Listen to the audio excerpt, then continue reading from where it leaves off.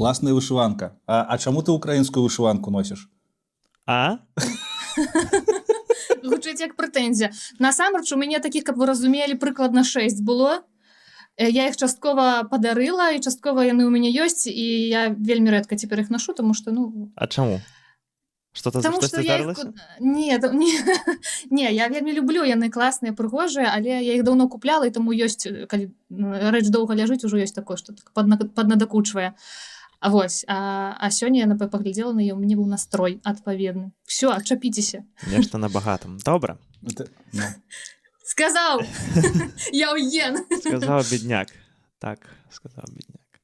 Што там? Як справы, даражэнькія? Я могу вам расказаць.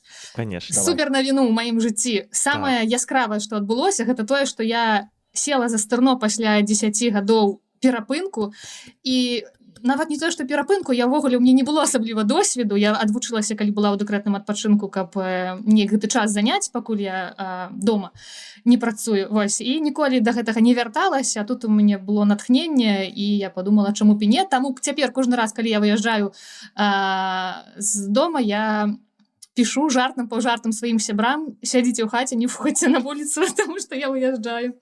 Вось. Але я вельмі цешуся, конечно.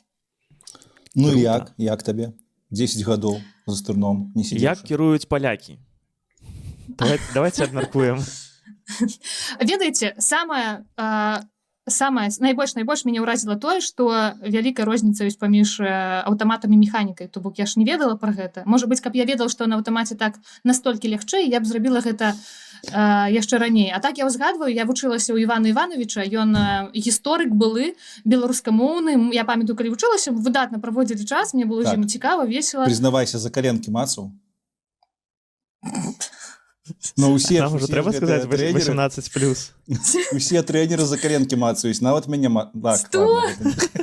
Гэта ты свой досвед на мяне не перанось. Толькі цябе, Лёш, мне так падаецца, але добра. Так, табе пашанцавала, але ты не расстроіўся, як мы бачым. У нас былі выключна такія культурныя размовы па-беларуску, мяне гэта цешыла, і вось. Але кіраваць было цяжкавата, бо я ўвесь час там то глохла, то яшчэ штосьці. То п'яная.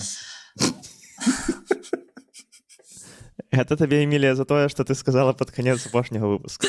Будзеш ведаць. Я думаю, што ты...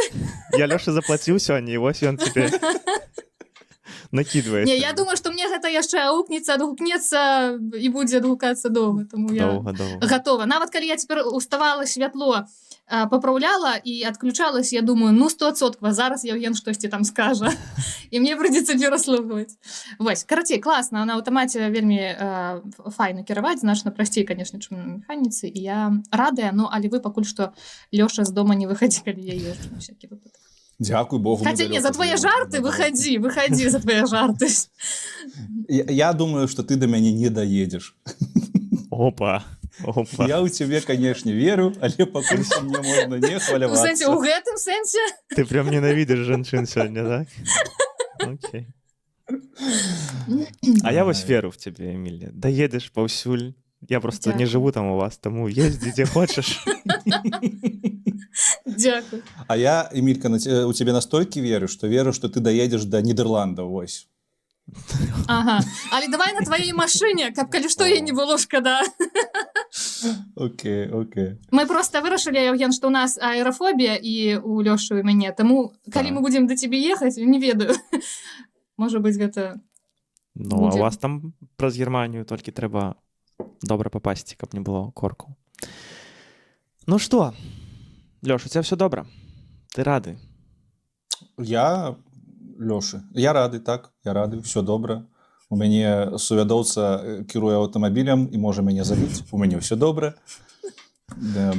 Што сёння? Маці прыехала, клас. Там все класна. У цябе што? У мяне таксама крута. Маці пакуль не прыехала, але прыедзе. Я быў у Вільні крута. У Вільні шмат беларускага. Як там наша Вільня? Так. Вільнюс. Ну, карацей, было крута, прыгожа, люблю Вільню. Быў там, не ведаю, 25 разоў і яшчэ столькі паеду. таму пахадзіў па месцах, якія люблю, у крамы, якія люблю, у кавярні, рэстараны, якія люблю. Таму все круто.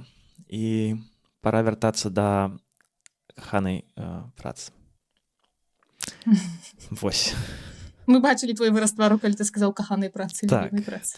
так, не паказвайце гэта майму. Это два розных слова. Ведаеш, пора вяртацца да каханай, кропка, працы. А потым проста працы, так, без кантэксту. У лепшым выпадку проста працы.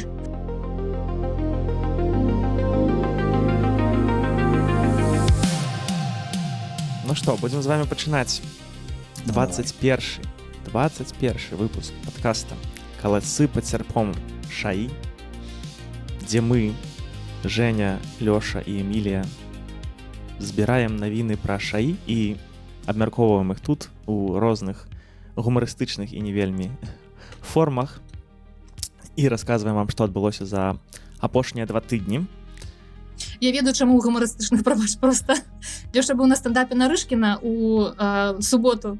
Нарышкін, спадар Нарышкін прыязджаў ва Вроцлаў. І таму сёння у цябе такія херовыя жарты. Дима, як Ой, слухаеш, прабач. я табе сардэчкі Спадзяюся, нас не перадаю. слухае. Вось я думаю, окей. Жартую. Добрыя жарты былі. Пачынаем мы з новай рубрыкі. У нас чамусьці з'явілася новая рубрыка. Не, добра. Рубрыка тая самая, якая называецца «Буйныя Чаму там столькі гульцы». краінаў? Але ў нас ужо ёсць цяпер Амерыка. У нас Лёша вырашыў, што мы цяпер таксама будзем расказваць аддзельна пра Амерыку. Ну так, мае сэнс, я згодны. Добра, пачынаем з OpenAI. Даўно нешта мы цікавага не расказвалі. І тут у нас сыходзіць цэлая эпоха. OpenAI закрывае генератар відэа Sora. Выдаткі Эпоха. занадта вялікія. А чаму эпоха? Ну, Чаму эпоху, у мяне таксама пытанне. вы памятаеце, як мы чакалі Сору? Ну, прынамсі, я вельмі чакаў Сору, так? Бо пра яе, там, колькі там, 9-10 месяцаў так ужо існавала дамен. Я ледзь там была- прыгадала, там- што гэта. Там была эпоха чакання, а Эпоха эпоха чакання, она нібыта прыбыла там Эпоха некалькі хайпу там месяцаў. была. Гэта быў толькі хайп. Не, ну Сора 2 была добрая, хіба не? Антыхайп. 42. Добра, але давай, у чым навіна, а то мы это чытаем. Закрываюць, все. Не будзе больш Соры, і гэта цікава. Ці ў нас засталіся яшчэ канкурэнты, ці ў нас толькі Veo 3 і ўсё па факце. І гэта манапаліст ты- цяпер. А чат GPT не навучыўся відэа генераваць самастойна праз Сору, калі ты яго просіш? Gemini умее так рабіць. Ты просіш у Gemini штосьці зрабіць, і ён уключае Veo сваю. Я просто думаў, можа яны закрываюць асобны сайт Сора, але магчымасць пакінуць генераваць. Наколькі я зразумеў, менавіта праект генерацыі відэа занадта дарагі выйшаў. Капец. А што рабіць? Альбо просто не карыстаўся попытам такім, як чакалі. То бок людзі просто паглядзелі і ўсё, і не працягнулі карыстацца.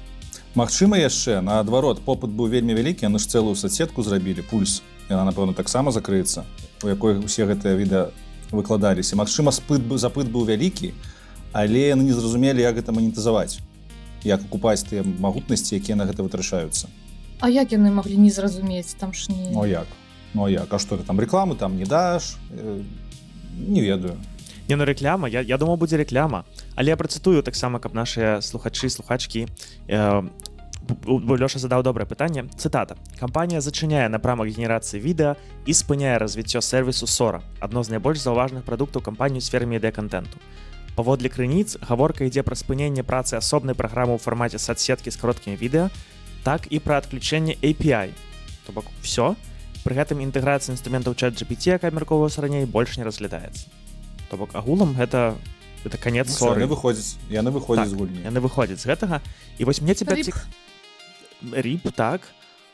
Але цікава, Лёш, ёсць нешта акрамя Veo 3? Ну, не. Ну, ёсць кітайскія мадэлі, якія Клінг, дрэнна не? робяць. Здаецца, нешта такое было? Клінг, Сід, наколькі я памятаю, можа відосы генерыць, муншоты, і там у Китаі шмат стартапаў, але на такім узроўні Runway ML.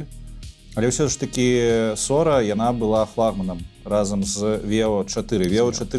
Veo 3, прабачце, я вось зараз не памятаю, 3, напэўна. Карацей, Veo лепей генеруе відэа ўсё ж такі, а Sora умела добра генераваць відэа з голасам.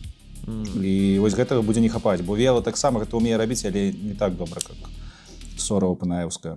Ну, з іншага боку, нарэшце у нас будзе менш слопу, тому што шмат слопу з'яўлялася менавіта праз ссору. А нагадаю, што такое слоп? Слоп, гаўна-кантэнт. Ну, літаральна з ангельскай мовы гэта не лайно, а лайно, напэўна, так? Не, штосьці гэта больш мяккае такое. Ці мусар, смецце нейкае, пральнае, штосьці так. Ну, карацей, не патрэбна нікому кантэнт, які генеруецца пачкамі, які проста генеруецца для таго, каб генераваўся. І набірае віральнасць, набірае папулярнасць. Гэта я і слоп. Гэта цікава, Лёш, просто разумееш, у нас ёсць 1 000 000 000 слопа, з яго забраць один мікраслоп, ну, карацей, нічога насамрэч не зменіцца, того мне падаецца, што ўжо генеруецца столькі слопа, што хоць ты выключы зараз VO3 і ссору, і все роўно будзе. Ўсё ж такі, я кажу пра якасны слоп, які некаторых уводзіць у падман. Вось, напрыклад, у Інстаграме вы бачылі там коцікаў, якія размаўляюць на інтэрв'ю, распавядаюць пра сваё жыццё. Ну, напэўна, хтосьці бачыў, ці не коцікаў, там не Гаррі Поттер. Гаррі Поттер у мацоўні. Вось гэты ролик так зараз разляцеўся шмат куды, гэта ўсё ссора амаль што. Але добрая навіна, што будзе менш дыпфейкаў таксама. Ну так, будзе менш дыпфейк слопа. Вось па-беларуску і паразмаўлялі. А яшчэ, ну гэта ж класна, гэта сведчыць пра тое, што не ўсё, што шаі і нібыта выглядае як крутая там і бізнес, хаця не ведаю, ці гэта было бізнес-мадэллю, што гэта не ўсё прыносіць там столькі, колькі чакалася, і ну, не ўсё можа выгараць. Ну і класна. Ну, генерацыя відэа вельмі дарагая на фоне таго, што з тэкстам робіцца, гэта вельмі дорага. Я не здзіўлюся, што мы на наступным тыдні будзем абмяркоўваць, што і VO закрылі. Ну. Не веру. Я думаю, у Гугла прям дастаткова рэсурсаў, каб падтрымаць VO. А каб што? А дзе ты, Лёша, генеруеш? Ты што-небудзь генеруеш там, генераваў? Дзе ты, Лёша, генеруеш? Я ў VO генераваў ўсё, што генераваў там кліпы свае нейкія, дыпфейкі. Мы кажам пра сеці міра. Так? Ну так, это VO. VO, окей, добра. Добра, ну, карацей, такія навіны, памятаю, колькі мы гэта абмяркоўвалі, памятаю, колькі мы гэта чакалі, все, канец. Вось так жыве AI сусвет, нават у проста вельмі багатых і вядомых кампаній. Ідзем далей. Што там яшчэ ў ChatGPT цікавага? Не такое глобальнае, але таксама цікавая новая функцыя. Пакуль што, праўда, нам недаступная. Даступна для некаторых падпісчыкаў, для падпісчыкаў Pro і часткі карыстальнікаў плюс. І у iOS яшчэ не працуе. Карацей, усе файлы, якія мы будзем загружаць, там дакументы, табліцы, прэзентацыі, выявы, яны будуць аўтаматычна захоўвацца ў асобным сховішчы. То бок цяпер у нас жа па чатах усё выдалі ў чат і знікла ўсё. А так будзе адмысловая бібліятэка файлаў, і ў любы момант можна будзе да яе звярнуцца, просто папрасіўшы там знайсці пэўную табліцу альбо што заўгодна, і ChatGPT табе гэта выдасць. Вось абмежаванне 512 мегабайт на один файл і 10 гігабайт на карыстальніка. Так што вось, можна будзе карыстацца, але я не ведаю, як хутка гэта да нас можа прыйсці. Звычайна, як там гэта адбываецца, праз колькі часу? Звычайна так. Набываеш падпіску на Claude і не карыстаешся ChatGPT. Ну так, які месяц, мы ж хацелі... А я вярнуўся. Вось так. Так, ну і што гэта такое? Не вытрымаў. Мне зараз две. Ты просто Альтмана расхваліў мінулы раз, Женя, і таму расчуліў Лёшу. Я не знайшоў. Ну, гэта оф-топ, але магу тут на хвіліначку забраць. Давай, канешне, я думаю, што цікава нашым слухачам слухачам. Я намагаўся перайсці на задачы чата GPT, перавесці іх у Claude. Па якасці выканання гэтых задач мне не спадабалася. З чатам GPT я размаўляю ў асноўным на задачы пошуку інфармацыі, на задачы тлумачэння нечага навуковага, ну, карацей, усё, што датычыцца такой логікі. І якасць опуса мне не спадабалася. Плюс там некаторыя рэчы проста не атрымалася перанесці.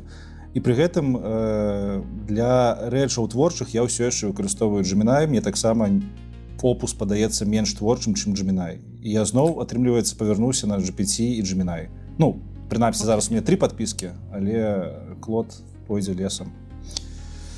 Цікава, так мы напэўна можам сказаць, што Claude больш тэхнічны, як не круці. Праграмаваць з ім класна, так. Вось праграмаваць класна, але не ў чаце. Гэта прям найлепшы use case, так, зразумела, не ў чаце. З астатнімі задачамі ён не так добра спраўляецца. Цікава. І што ты адчуў, калі вярнуўся? Адчуў, што згрызоты сумлення, тое, што $20 Альтману даў, а потым успомніў, што ўсе яны з Пентагонам працуюць і такі, да, пайшло на ўсё да дупы.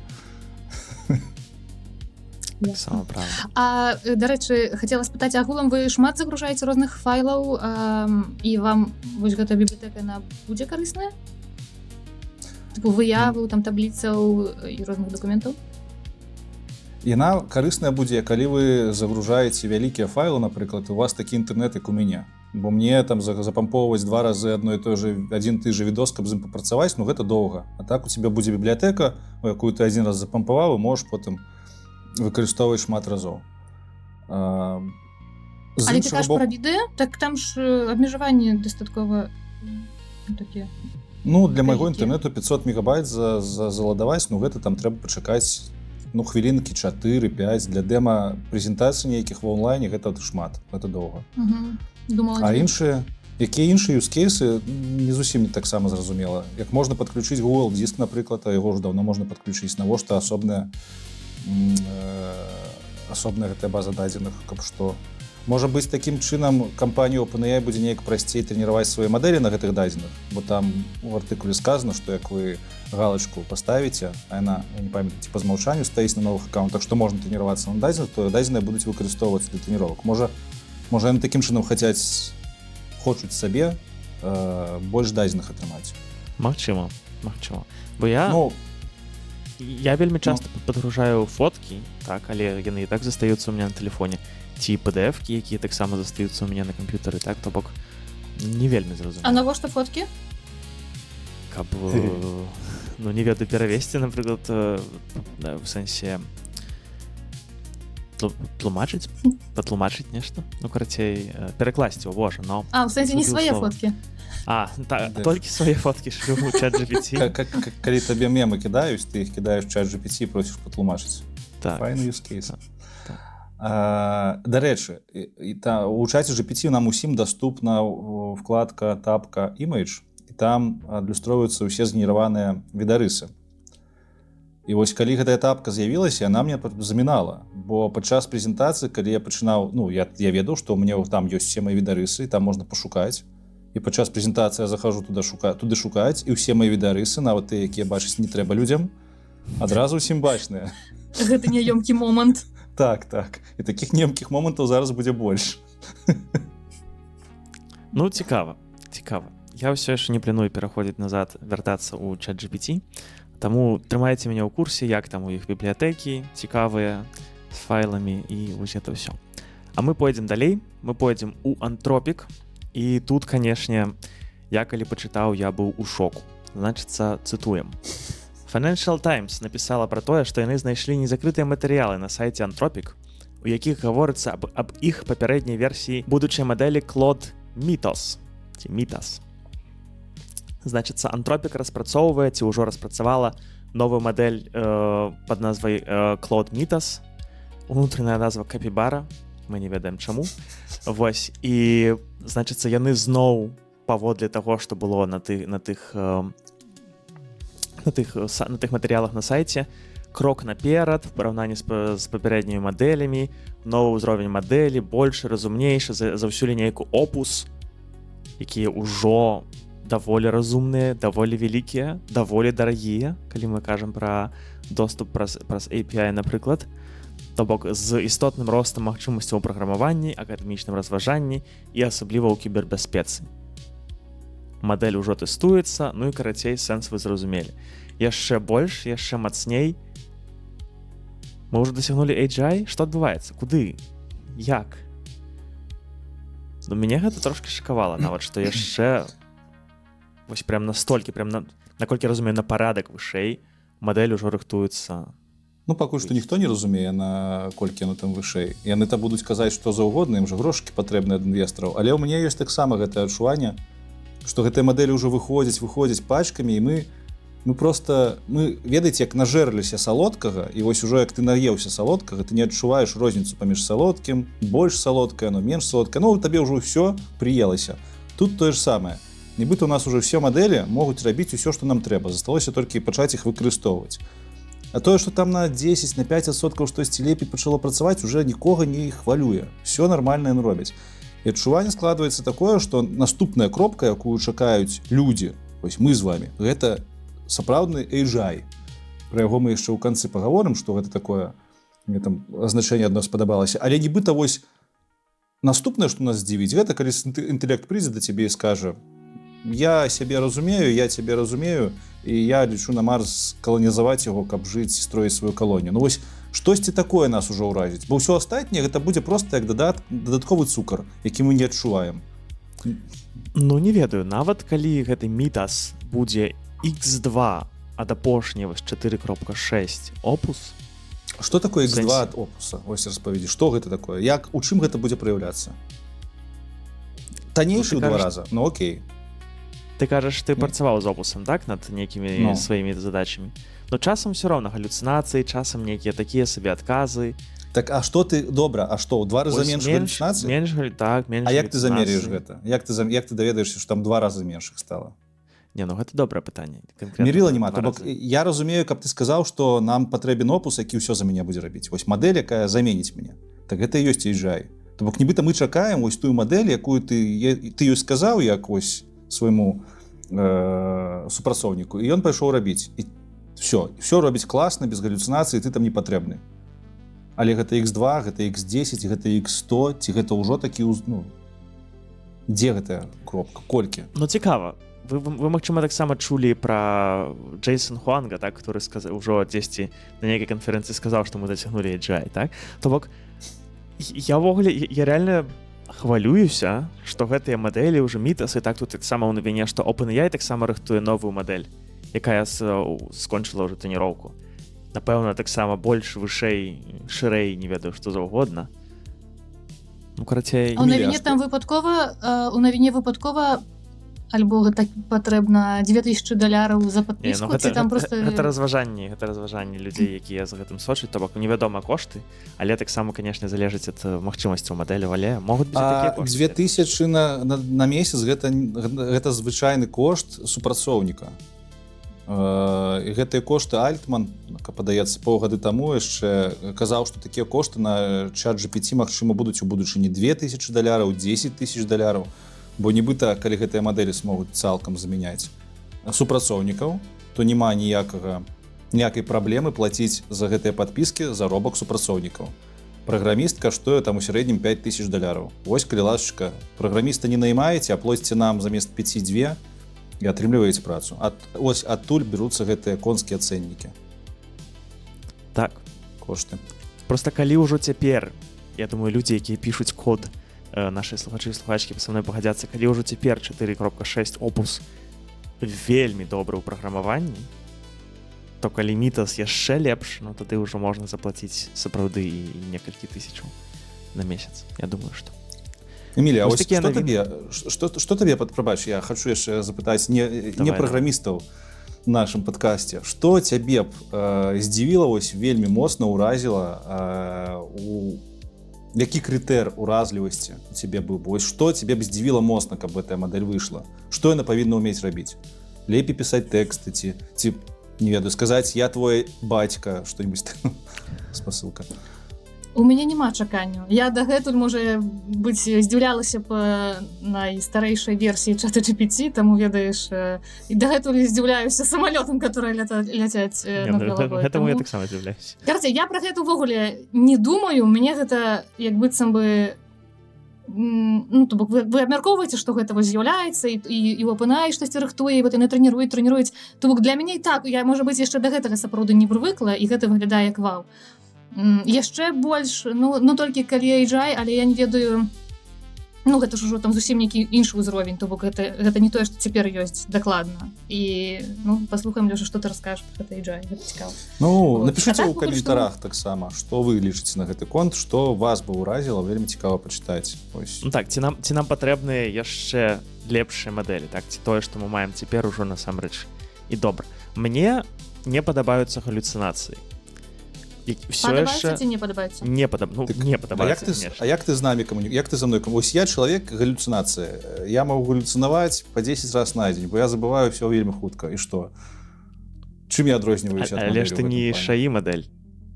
Я ну тебе- толькі я- гэтым я вось я тебе вось люблю мы за тое, прыйшлі што ты да чалавек. антрапацэнтрызму ведаеш Так, ты мяне конечно. любіш за тое што я чалавек Так. і правы мне таму што я чалавек а ў шыі Так. правоў няма таму што гэта Не. жысцянка якая круціцца несці на сервере і ўсё ну что за такое Пакуль што. Ну так оно і ёсць. вось цябе я не люблю таму што ты жанчына а цябе я не люблю там таму што ты нетрадыцыйных Ты не сексуальных любишь тому, что арыентацый. жанчына, которая едет за стерном. Не, я не конкретно про вас я про тое што вы адчуваеце што у Так, нас зараз правда. антрапацэнтрызм включаецца Лёш, я вельмі разумею твои аргументы, але у дадзены момант Нет, незразумелые аргументы, нет. не, в сэнсе Я я накидаю, думаю, это быў я прыклад, то накидаю. не былі аргументы тое, што ён сказаў. Але на дадзены момант шаі гэта праграма, якая распрацаваная людзьмі і якая, калі я да яе звяртаюся, я хацеў бы, каб выконвала то, што я прашу без галюцынацый. Блин, гэта опасно Жень гэта опасно Што апасна? чаму тое што гэтая машына будзе адказваць лепей чым людзі гэта опасно Вось як толькі яна перастане цалкам галюцынаваць яна стане лепей чым любы чалавек у гэтым свеце і мы будзем толькі да яе звяртацца разумееш Окей, добра, мы сыходзім далёка ў філасофію. Калі ласка, скажыце нам, чаго вы чакаеце ад наступных мадэляў, чаго вы чакаеце ад Claude Mythos ці новай мадэлі OpenAI, сапраўды цікава. Я адкрыў 4.6 нядаўна, каб зрабіць адзін сцэнар, і гэта таксама нешта, што чакае вас у нашым падкасці ў будучыні. І гэта было прям доўга і даволі так тупа, то бок былі прям памылкі, калі мне трэба было казаць: «Эй, алло, дзе ты взяў гэту інфармацыю?» Ён такі: так, прабач». І гэта там найлепшая мадэль у свеце, так, ці адна з найлепшых. Но мне было неяк даволі, то бок код я напішу нашмат лепш, чым яна ось працуе з пошукам інфармацыі ці Зато цяпер мы будзем ведаць, што сцэнар, который з'явіцца, напісаны табой. Альбо калі будзе вельмі кепскі, мы такі: так хто гэта пісаў? Я не будзе напісаны Жэніце. мною ў любым выпадку. Ён будзе як бы туды-сюды перадачаны мной, так, але ну карацей. Добра, ідзем далей. Лёш, што там яшчэ у нас з антропікам адбываецца? У нас на працы давайте. ўсе пра гэта размаўляюць 10 разоў сёння Яшчэ. пра гэта чуў. яшчэ душных навінаў ну антропік же распрацоўвае інструмент для праграмавання самы мацнейшы ўжо можна сказаць дакладна Claude Code называецца і карацей неяк так здарылася што антропіка нейкі тыдзень не ты што яны яшчэ і разам з гэтымі стацямі пра новую артыкуламі пра новую мадэль злілі код свайго гэтага дапаможніка для праграмавання Claude Code ён быў закрыты гэты код гэтага дапаможніка не дапаможніка дарэчы ну зразумелі праграмы А тут неяк так атрымалось ніхто не кажа як але вось топавыя інжынеры антропіка у адкрыты доступ на гітхабе выклалі гэты код і зараз Claude Code можна пайсці на гітхабе скачаць спампаваць і паглядзець як он збудаваны ну навіна з двухбаковая з аднаго боку незразумела як кампанія якая займаецца такімі грунтоўнымі даследаваннямі вакол шыі можа такія памылачкі дапускаць гэта дзіўна і страшна а з іншага боку мы атрымалі доступ да лепшага інструменту да зыходных кодаў лепшага інструменту а значыцца хутчэй за ўсё мы чакаем праз некалькі тыдняў можа месяцаў паляпшэння якасці ўсіх астатніх інструментаў бо можна просто паглядзець што ж там антропік такого класнага зрабіў у гэтым інструменце ну і там ёсць цікавыя рэчы ось я напэўна распавядаў у гэтым падкасці што я часцяком мацюкаюся з чатам GPT з клодам і з курсорам калі праграмую і мы з вами распавядалі што гэта маркеры дыялогавыя могуць быць што мацерыцца мацюкацца там прывітанне казаць гэта добра штучны інтэлект лепей тады адказвае дык вось Claude Code напрыклад запісвае усю гісторыю таго як людзі мацюкаюцца і вось ты як распрацоўшчык які таксама робіць інструменты для праграмавання я б ніколі ў жыцці не падумаў што гэта інфармацыя можа быць карыснай у праграмаванні а яны захоўваюць эту інфармацыю а потым аналізуюць яе і выяўляюць наколькі ў дадзены момант чалавек фрустраваны і ад гэтага адштурхоўваючыся выдаюць розныя адказы у праграмаванні то бок яны псіхалогію нават выкарыстоўваюць каб лепей праграміста разумець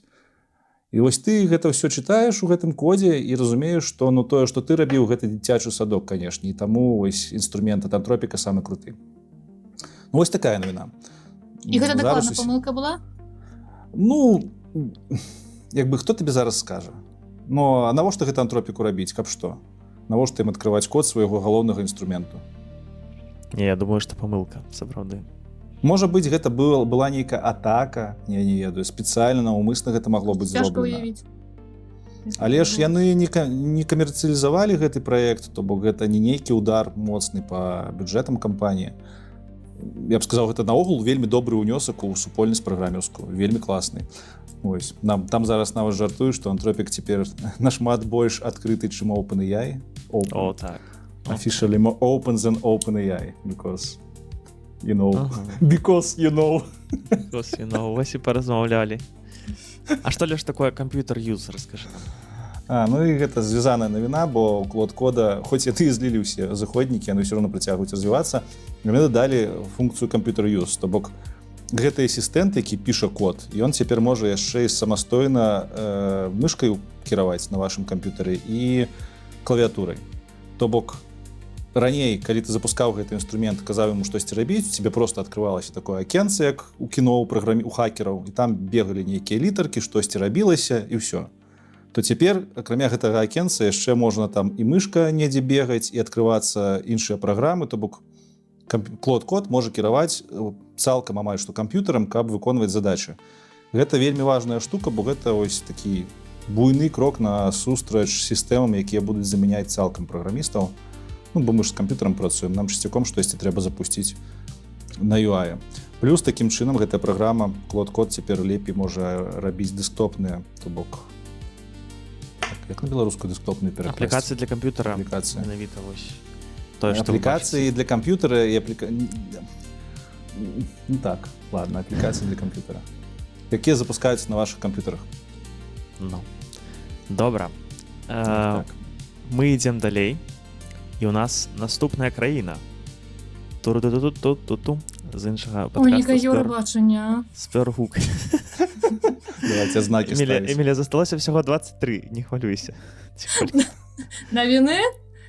Краіны. Добра. Кітай. У нас вялікая могутная краіна Кітай. І першая навіна такая. Мы казалі калісьці, падаецца, пра Манус. Так, што... Манус, так. Манус, Лёш. Трымайся, я ведаю. Складана. Значыцца, Манус гэта кітайская кампанія, якую недавно набыла Мета. І што ў нас адбылося? Мета набывае Манус, але кітайскія ўлады забараняюць заснавальнікам Мануса выязджаць з краіны.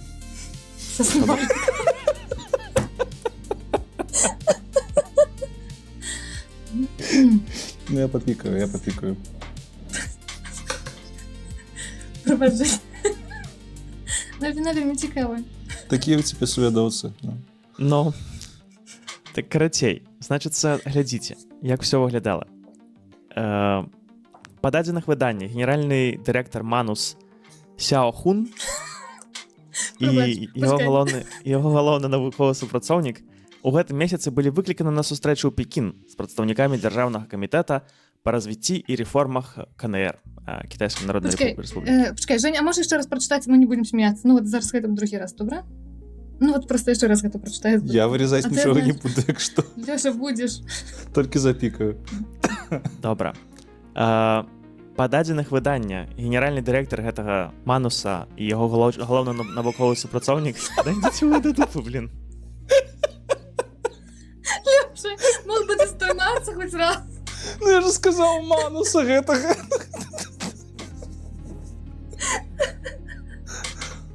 Всё, я мьютаюсь нахер. Так, добра. Заражэнне не прыедзе на наступным тыдні праз цябе. Лёш, напиши, пакуль ласка, дзе-небудзь, каб это не было так дрэнна. Значыцца, насамрэч это ўся навіна. Мы не будем нічога цытаваць. Блин, ну жесть, ну навіна жорсткая насамрэч. Жорсткая навіна. Навіна жорсткая, я бачу, не можаце супакоіцца, наколькі яна жорсткая. Слухайце, так а на што яны разлічвалі? Ну, так гэта ж геапалітыка, ну а як? У сэнсе, на што яны разлічвалі? Ну, прадалі кампанію ў Амерыку. Ну, вось, быў ты бізнесмен, забіў сваю кампанію, Facebook Мета захацела выкупіць, ты такі, о, класна, покупайце. І да цябе прыходзіць гэты прататып Лукашэнкі, толькі кітайскі, кажа, сядзі дома. Так трэба разумець, што Кітай, а як будзе па-іншаму? Так вядома, што Ну, Кітай вельмі моцны канкурэнтна здольны рынок, і там насамрэч не ўсё так, як у нас, напрыклад, у Беларусі. Там бізнесоўцам даюць расці, але ўсё ж, крыцей у нас ёсць адзін да вялікага ўзроўня, да ўзроўня Алібабы, калі да гэтага, як его Тау, Джейс, не памятаю, як Не, Мао. звалі. Мао. А тут Манус, просто кампанія, якая робіць файны інструмент, але далёка не топавы, і да іх нават прыйшлі. Навошта Кітаю гэты Манус? Кітай зараз весь па OpenClaw цягнецца. Да нават мне падаецца, што тут просто паказаць, што вам у Амерыку нельга. Нашым шаі стартапам, кампаніям нельга у Амерыку. Мне падаецца, што гэта будзе пасыл, што вы застаецеся ў краіне і вы генеруеце доход тут. вось і развівае стартап. Вось і развівае стартапы, так, але цікава. Слухайце, такая назва, што тут сказаць. Лёша, давай пойдзем далей у бок Алібабы. Эмілія ледзь трымаецца, давай сыходзіць на Алібаба. Я покерфейс, спакойна. Ладно. У Алібабы навіна такая, што у іх выйшла новая флагманская мадэль. У Алібаба выпускаюць мадэлі з назвай Qwen, і у іх выйшла мадэль Qwen 3 з паловай Omni. Omni гэта значыцца, што яна можа працаваць не толькі з тэкстам, але і з аўдыо, відэа, з малюнкамі, і ўсё гэта як з аднымі дадзенымі, з адным тыпам дадзеных, то бок мульцімадальная мадэль. У чым навіна? Навіна ў тым, што гэта першая мадэль, якая закрытая, бо Алібаба заўсёды ўсе свае квены, амаль што ўсе рабіў адкрытымі, а як не рабіў адкрытымі адразу, то там праз нейкі час, некалькі тыдняў адкрываў гэтыя мадэлі, іх можна было выкарыстоўваць цалкам спакойна. Omni жа мадэль новая, вось гэтая, яна закрытая, это афіцыйная пазіцыя кампаніі. Мадэль будзе даступна толькі праз іх Qwen-чат і праз API. І зараз весь свет, амерыканскі ў прыватнасці, пачынае казаць, што Кітай зачыняецца паціху, бо іхныя мадэлі ўжо дасягнулі ўзроўню OpenAI і Антропіка, і няма сэнсу больш выкладаць іх у open source, як можна рабіць сервіс, зарабляць грошы і захапляць сваіх карыстальнікаў. Зразумела, То бок яны адкрытыя для каго? Адкрытая мадэль гэта калі ты можаш проста выпампаваць сабе на комп і запусціць яе, і ўсё. Добра. А гэта закрытая, і хто будзе карыстацца? Ты, хто заплоціць грошыкі, каб карыстацца API. Так жа працаваць, як Cloud, як OpenAI, ChatGPT мадэлі. А каму яны нафіг тым, у каго няма доступу да амерыканскага рынка? У Расіі шмат хто выкарыстоўвае Qwen на серверных Студэнты магутнасцях. БДУ. У Беларусі, дарэчы. Мне тут, дарэчы, пісаў адзін дзядзька, не буду казаць адкуль, але таксама выкарыстоўваюць праз санкцыі. Мадэлі моцныя. Плюс яшчэ такі мінус, яны ж калі выкладаюць гэтыя мадэлі ў open source, можна паглядзець, якія там гэтыя вагі і зрабіць нейкія вынікі наконт таго, як абучанне праводзілася, як цалкам мадэль складаецца. Можа быць, Кітай яшчэ тэхналагічна так закрываецца, бо мы ж ведаем, што ў Кітаі шмат усялякіх напрацовак ідзе. Можа быць, яны такім чынам хочуць проста не паказваць, а як жа яны там класна будуюць свае мадэлі, як яны збудованы ўнутры, каб не даваць канкурэнтныя перавагі для Амерыкі.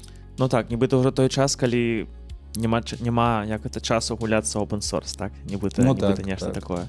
Цікава. Я вельмі хуценька распавяду, бо я зараз таксама трошкі праграмую, па-за тым, што я раблю product management, і спрабаваў нядаўна кітайскія мадэлі, вось. І у нас ёсць на Мінсерф падпіска ў кампаніі, і я паспрабаваў мадэль Kimi. Я не памятаю, ад якой канкрэтнай кампаніі гэта. Kimi K2 у іх свая кампанія. Так, яшчэ аддзельная кампанія. Ну вось ёсць доступ да Claude 4.6 Opus, так вось да гэтай вядомай мадэлі, і таксама да Kimi K2. Ну, канешне, розніца проста гіганцкая. Я не ведаю, K2 з паловы, прабач. Moonshot AI. Мне, магчыма, варта паспрабаваць нейкі Qwen, так і паглядзець, якая розніца. Але, канешне, Opus настолькі больш разумны і моцны, чым гэтая мадэль. Магчыма, канешне, параўнанне так сабе, але вось такі ў меня быў досвед, і таксама то, як глыбока яна ідзе, то, як яна табе апісвае праблемы, зусім іншы ўзровень, і гэта горшы ўзровень. Але цікава, можа звярну ўвагу калісьці на Qwen. Не, ён дакладна горшы, ён і ў Qwen будзе горшы, у DeepSeek, у GLM, а ва ўсіх адкрытых мадэлей ён будзе горшы. Просто параўноўваць трэба з папярэднім пакаленнем закрытых мадэлей, параўноўвай з Opus'ам 4.5. і ўсё. Не, ну вядома, мне было цікава менавіта з Китая. В сэнсе кітайскія мадэлі папараўноўваць 4,5, так, у гэтым сэнсе? Ну так, бо па кошту запуска гэтыя мадэлі, ну, у сотні разоў, нават у тысячы разоў больш танныя, чым тое, што запускаецца. Так. Добра, пераходзім да нашай наступнай краіны, якая называецца Еўропа. І хуценька тут пройдземся. Насамрэч, я пачну з апошняй пакуль што навіны, бо яна таксама вельмі хуценькая. Значыцца, AMI Labs Яна Лікуна. Магчыма, вы памятаеце з нашых падкастаў. Ян Лікун гэта быў галоўны шаі, не ведаю хто, гуру, распрацоўшчык у Меце.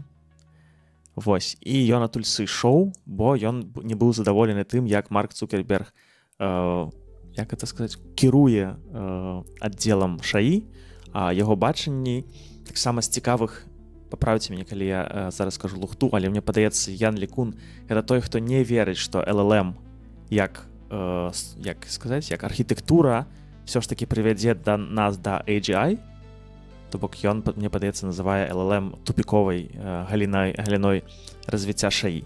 І тут цікава, бо, напрыклад, Дэміс Хасабіс з ім не згодны. І гэта вось цікава глядзець. Так, карацей, аб чым навіна-то? Значыцца, ён сышоў з Мета, ён тады ўжо сказаў, што я буду рабіць сваю кампанію, вось гэта кампанія AMI Labs, і ён прыцягнуў колькі грашэй? Колькі можна прыцягнуць грашэй у кампанію, у якой нічога не адбываецца? Канешне ж, $1 мільярд адразу. Гэта наколькі трэба мець досвед, наколькі, каб табе людзі так верылі, каб табе інвестары так верылі, што ты збіраеш проста на пачатку $1 мільярд інвестыцый. Што добрага, і што мне зачапіла ў гэтай навіне, што гэта новая французская шаі-лабараторыя, якую заснаваў Ян Лікун разам з Александром Лебрунам пасля выхаду Лікуна з Мета. А што цябе так радуе? Еўропа. Французская кампанія, мне падабаецца, што яны тут, а ён мог, напэўна, абраць, дзе быць. Глядзі, каб 12-й год не паўтарыўся. 12-й год не паўтарыўся. Ну, гэта жарт, але я проста гляджу на тое, як ва Францыі ўсе гэтыя стартапы ўзнікаюць, і я проста памятаю, як французы не любяць там усё ангельскамоўнае праз тое, што ангельскамоўнае выцесніла французскамоўнае, і Францыя была найбуйнейшай калоніяй, зараз яна зноў набірае моц, і я не здзіўлюся, што праз нейкі час Францыя будзе на ўсю Еўропу павадкі накідаць. Гэта проста жарт. Ну, тыпу, жарт на ўзроўні такіх больных думак. Добра. Але таксама нам трэба будзе гэты ашынік выбраць калісьці. Які? Так? Вось адразу бач, не трэба выбіраць. Не трэба гэтыя ашынікі разрубаць, жыць вольна. Няма магчымасці, такой няма магчымасці. Шаі з намі назаўсёды. Нам трэба будзе толькі абраць правайдера, нам трэба будзе абраць які ашынікі. Пасля ядзернага выбуху табе не спатрэбіцца. Гэта ўжо іншае пытанне. Добра, вельмі хутка, бо магчыма будзе пытанне, а што за такая кампанія, што яны робяць? Будуць яны рабіць вось гэта World Models? А як называецца архітэктура? Архітэктура? А куды трэба паглядзець, каб адказаць на гэтае пытанне? А там ось у першым абзацы напісана. А, божа. Joint Embedding Predictive Architecture. Собака. А скарочана? А скарочана JEPA. JEPA. Да сёння Манус і JEPA. Так назовем выпуск. Все, я молчу. Я не реагую. Калі ласка, прыйдзіце ў каментары. Калі ласка, прыйдзіце да нас у каментары і нагадайце Лёшы, што мы сур'ёзныя 30гадовыя людзі. Добра. Карацей, асноўная ідэя. Пабудаваць сістэмы, што сапраўды разумеюць свет, могуць прадказваць наступствы дзеянняў і таму лепш падыходзяць для крытычных сфер, напрыклад, медыцыны, дзе галюцынацыі LLM могуць быць небяспечнымі. Вось гэта таксама цікава, і таксама я з нядаўняга часу вялікі фанат Дэміса Хасабіса, і ён казаў, што ён таксама верыць, што World Models насамрэч нам дапамогуць вельмі моцна, і таму мы памятаем, што Google ўжо распрацаваў, ці распрацоўвае так сваю World Model. Я забыўся, як называецца, але яны ўжо нават паказвалі гульні, якія могуць генеравацца падчас таго, як ты гуляеш, так, то бок вельмі цікава, што таксама ёсць аддзельная кампанія ва Францыі, якая гэтым займаецца. Лёш. Ну, гэтыя мадэлі, яны не заменнікі LLM-ак, то бок Ян Лікун, ён хоць і крычыць паўсюль, што LLM — это шляпа, але тую мадэль, якую ён прапановвае, архітэктуру, яна прадказвае наступны стан. Ось LLM і GPT мадэлі, яны прадказваюць наступны токен. То бок, попросту кажучы, яны прадказваюць наступнае слово, якое трэба ўставіць, каб задаволіць чалавека. А гэтая мадэль ЖЭПа, яна прадказвае наступны стан фізычнага свету ці любога іншага свету, які у яе убудаваны. І праз гэта яна можа быць класна выкарыстана ў робатах, у медыцыне, у навуцы, бо яна будзе даваць базіс, тэзіс. Гэта больш падобна на то, як мы з вами думаем. Мы не думаем словом наступным, мы думаем думкамі. Але ў той жа момант з гэтых мадэлей пакуль ніхто не разумее, як зрабіць добрага чат-бота. Ну, бо яна вельмі абстрактная, такая мадэль. Таму мне падаецца, яны проста будуць існаваць паралельна. Гэта не замена для LLM-ак. Гэта проста яшчэ адна галіначка, якая будзе вось на гэтым дрэве розных мадэлей ансамблю. Ну так, я таксама чуў, што гэтыя вось World Models, яны якраз такі патрэбныя, каб згенераваць больш рэалістычных дадзеных для LLM. Вось, але, ну, цікава.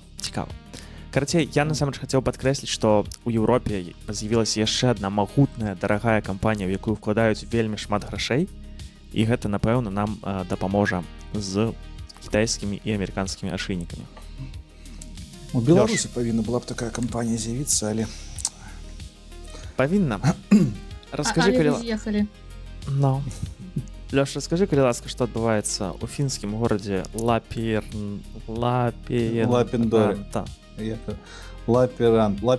Да гэта не пра гэты горад навіна. Там навіна пра тое, што ў Еўропе яшчэ будуецца здаравенны дата-цэнтр на много энергіі, настолькі много, што там Маск нават крышачку так вокам дрыгае ў бок Еўропы.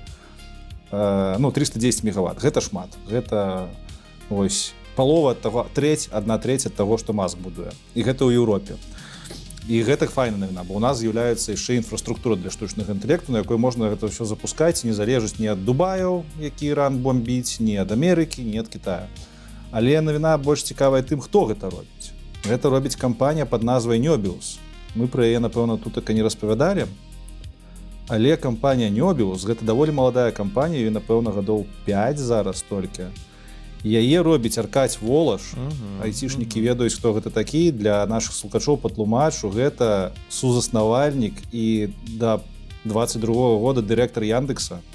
Чалавек, які разам з яшчэ адным хлопцам, які памёр, заснавалі гэтую кампанію. Найбуйнейшая тэхналагічная кампанія Расіі. І вось яны раз'ехаліся з Яндексам, разышліся. Волаш уехаў у Еўропу і з былымі супрацоўнікамі Яндекса яны зрабілі Neobius Group.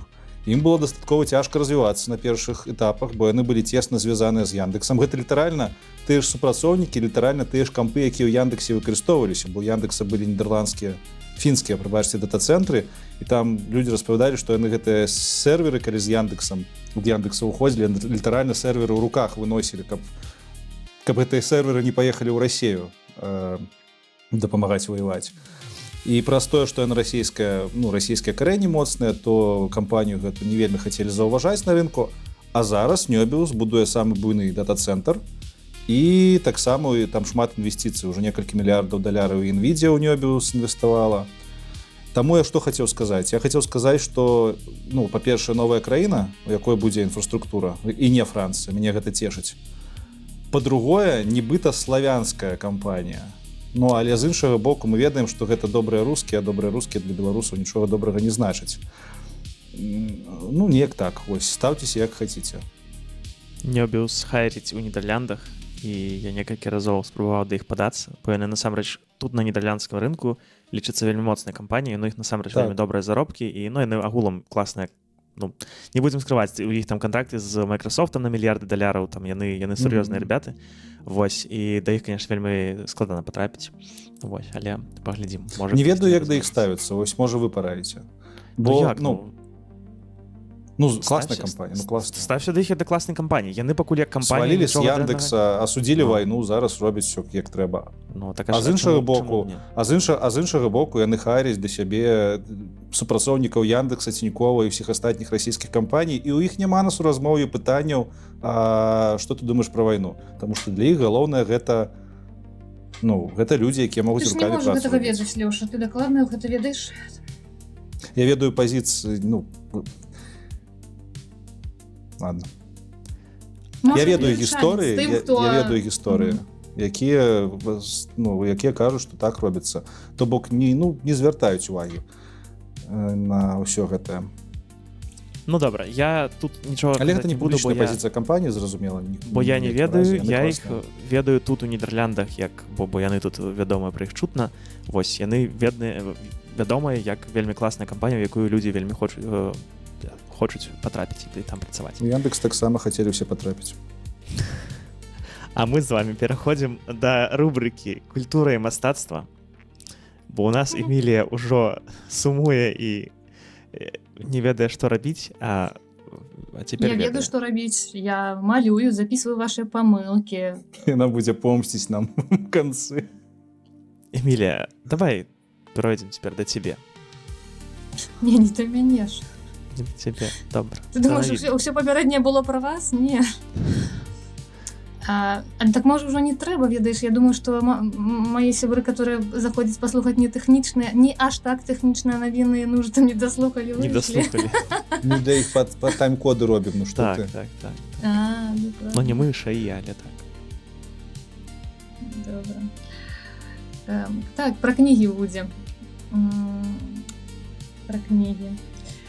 Напэўна, ведаеце, гэты праект «Кніжны воз» называецца. Гэта аўдыёвыдавецтва, яны таксама агучваюць кнігі. Класны, вельмі добры праект, такая ініцыятыва. І вось яны правялі эксперымент, папрасілі штучны інтэлект вызначыць найлепшыя сучасныя беларускія кнігі. Атрымаўся спіс, там топ-7. Я зараз агучу, але перад тым, як агучыць, мне было цікава у вас спытаць, каб вы б вызначалі то, што увайшло ў ваш топ. Можа быць, не 3, там, а 2. Біблія. Каласы па зярпом шаі к тваім. А вы абазнаныя, ребята. Шмат чытаеце. Лёша кожны вечар Біблію чытае. Лёша, так. І каласы. Без Евангелія не засыпаю. Я... Багахульна. Так, я гэта запікаю ўсё, адстаньце. Гэта я дакладна запікаю. Не, так у сэнсе папярэдне столькі ўсяго было, а запікаеш ты гэта? А ўсе ведаюць, што ты грэшнік. Ну і ўсё. Добра, Эмілія, чытай ліст. Не, так сур'ёзна. Не, пачакай, ты чытаеш, ты набываеш. Канешне. Я ведаю, што ты чытаеш кнігі, ты набываеш іх шмат. Лёша таксама. Ну, конечно, мне цікава. Ваш топ. Так, топ-1. Але там сучасная літаратура ці там... Так, сучасная. Сучасная? Ну, далей не перайдзем, пакуль вы не скажаце. Капец, ты... Вось яна і помста, Евген, вось яна і помста прыйшла. Добра. Гэта ж прыемнае пытанне. Я пазабываўся ўсё прозвішча ад таго, што перахваляваўся, але... Напэўна, будзе нешта... Караткевіч, напэўна, так. Окей, мы сказалі Караткевіч. Далей, калі мы ідзем па сучасных аўтарах, мы кажам пра Бахарэвіча, штосьці павінна быць. Я думаю, што Сабакі Еўропы, па-любому. Ну вось, карацей, нешта Бахарэвіча, нешта Філіпенкі, магчыма, таксама ёсць. Я, насамрэч, я не чытаў гэты спіс, таму я, насамрэч, спрабую згадаць. Нам у каментарах накідаюць за тое, што мы гаворым пра сучасную беларускую літаратуру, і ці мы Філіпенку можам туды... О, ну, конечно. Слухай, ну, тады, каб накідалі больш, яшчэ трэба Алексіевіч дадаць, канешне ж. Канешне ж. Накідвайце нам. І Некляева, куды ж без яго? Не, ну, Некляеў топ. Мы штосьці з гэтага ўжо згадалі? Ці нам трэба проста наш спіс? Слухайце, а можна такі жар, што Некляеў топ, а Філіпенка топ за свае грошы? Ці гэта... Вось, Саша прыедзе ў траўні, і ты, напэўна, завітаеш на гэтую сустрэчу, ты можаш яму так і сказаць, і спытаць ён ацэніць жар. Слухай, ну яны ж пераклалі свае кніжкі, Алексіевіч і Філіпенка пераклалі на беларускую мову. Не ўсе хайлі, ну клас, малайцы. Тое, што яны пішуць па-расейску, гэта іх справа. Так, ну а Саша выклаў у адкрыты доступ. Ну. Таму чаму ў спісе могуць быць. Але ты, ну, хутчэй за ўсё там будуць нейкія літаратары, якія вось вядомыя у кругах літаратараў, не ў шырокіх колах. Я хацела пачуць, што вам падабаецца, што вы любіце. Всё. Добра. Карацей, топ. Радзіва прудок, канешне, Андруся Горвата. Так. Лёша, О, кажуть, я що зараз ти читаю, читаєш. я зараз читаю, так.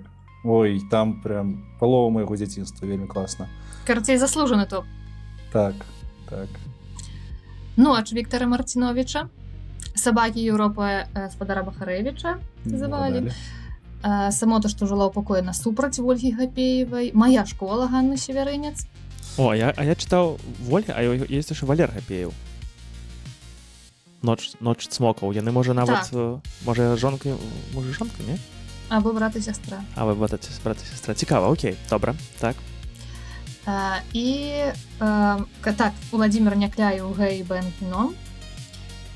І апошняя Шкляная лялька і іншыя страшныя гісторыі Максіма Клімковіча, шчыра кажучы, на свой сорам не чула пра гэтага аўтара. Першы раз чула. Ось у мяне пытанне да вас. Наколькі гэта сорамна, напрыклад, не ведаць 90% з названых людзей?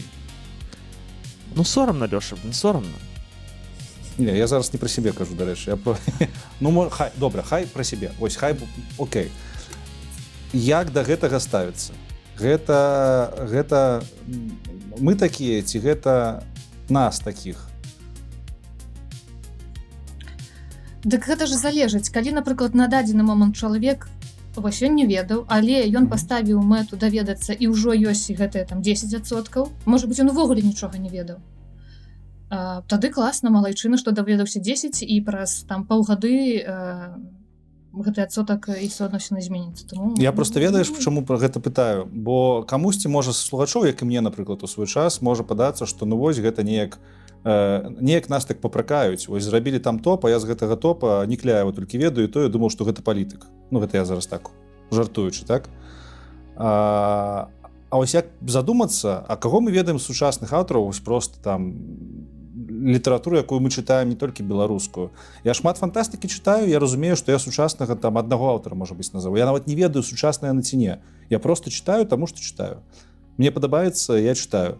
То бок, не ведаць сучасных аўтараў, ну, з аднаго боку мувітон, трэба там культуру укладацца, а з іншага боку, як ты просто чытаеш, кайфуеш ад твораў, то можна і не ведаць аўтар, гэта сучасны ці не сучасны. Праблемы адны і тыя ж. Сеттинги таксама падобныя там дзесяцігоддзямі. Ты пра тое, што ты чытаеш творы і не ведаеш, не запамінаеш аўтараў? То калі ты чытаеш, ты ж будзеш ведаць, што ты хутчэй пра чытаеш. тое, што ты не робіш розніцы паміж сучаснымі аўтарамі, якія вось недаўна яшчэ былі жывымі, і аўтарамі, якім там ужо 50 год як помнік стаіць, разумееш, пасмяротны. Ну, яны маглі зрабіць і папрасіць скласці топ там агулам аўтараў без гэтага прыменніка сучасны.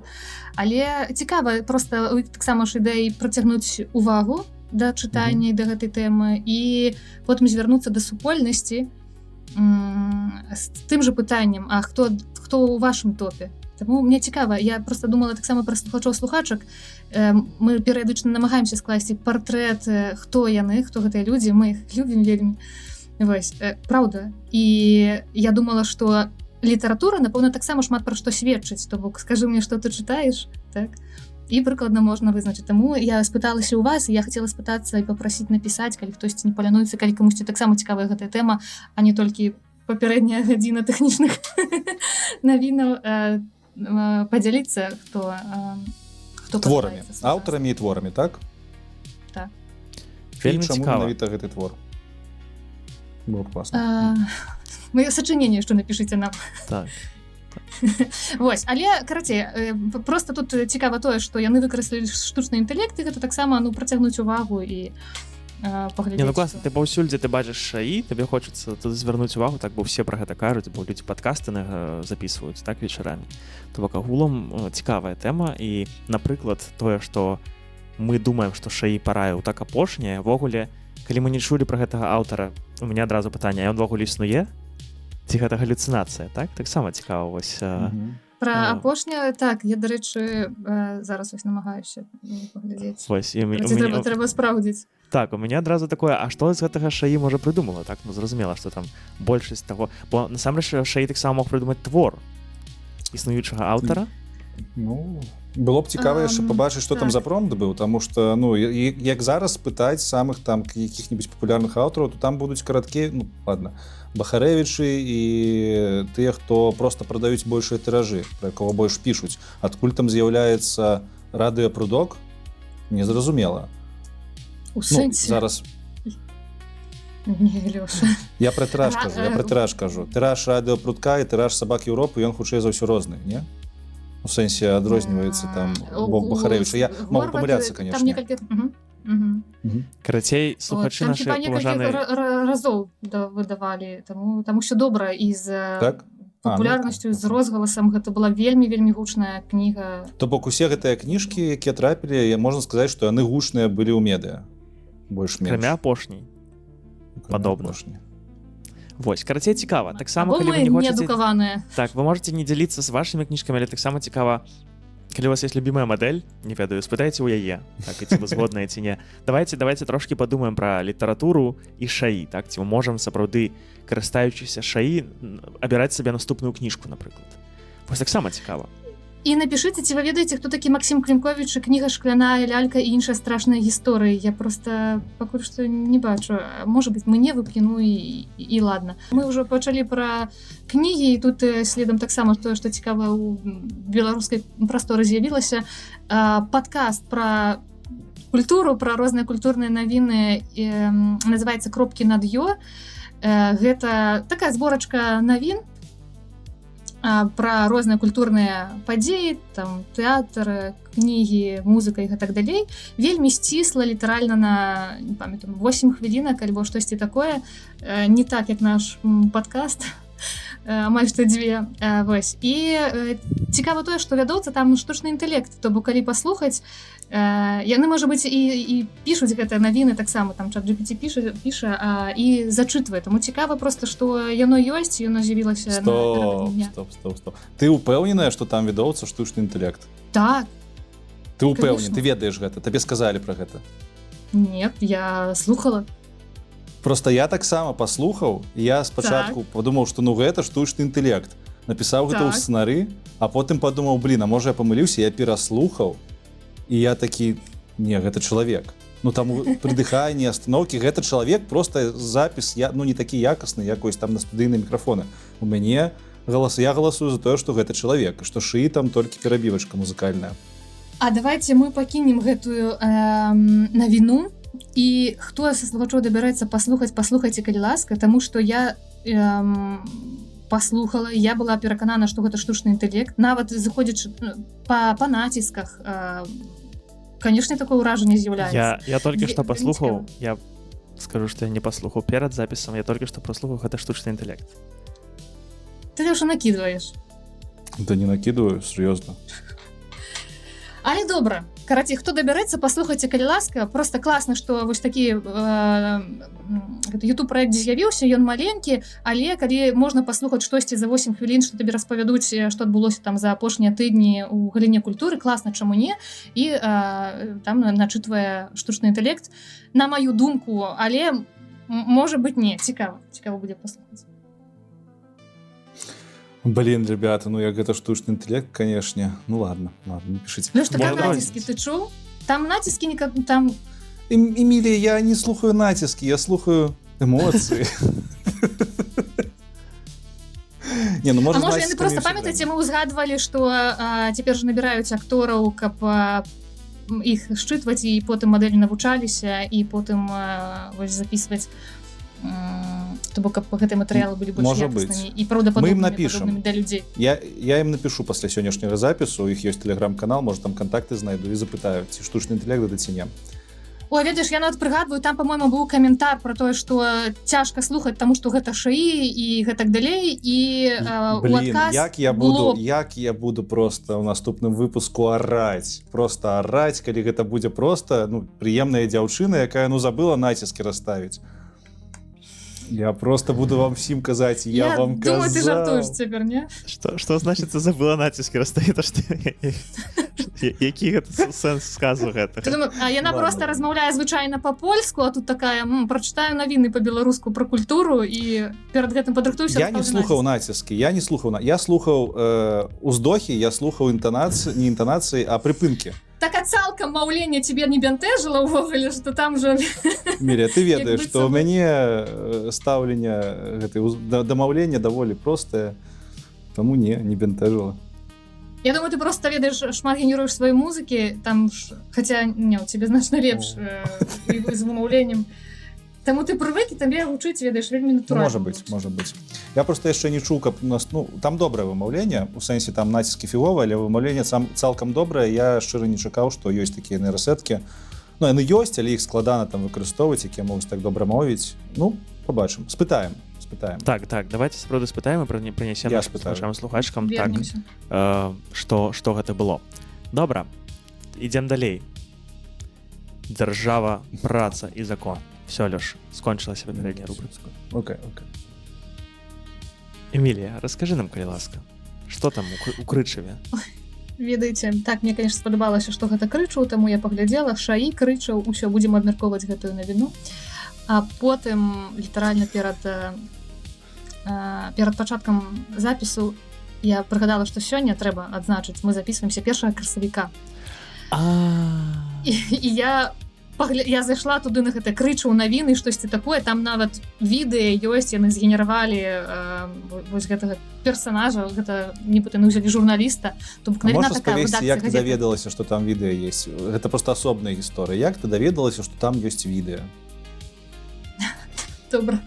Але давай спачатку навіну агучым. У рэдакцыі газеты «Крычаўскае жыццё» з'явіўся першы ў краіне віртуальны журналіст. Персанаж атрымаў імя Яфім Марцінавіч і афіцыйна прыступіў да працы ў рэдакцыі. Яго асноўная задача весці навінавы блог у месенджерах, апрацоўваць і падаваць мясцовыя навіны ў лічбавых каналах і карацей гэтак далей. А як я выйшла на відэа?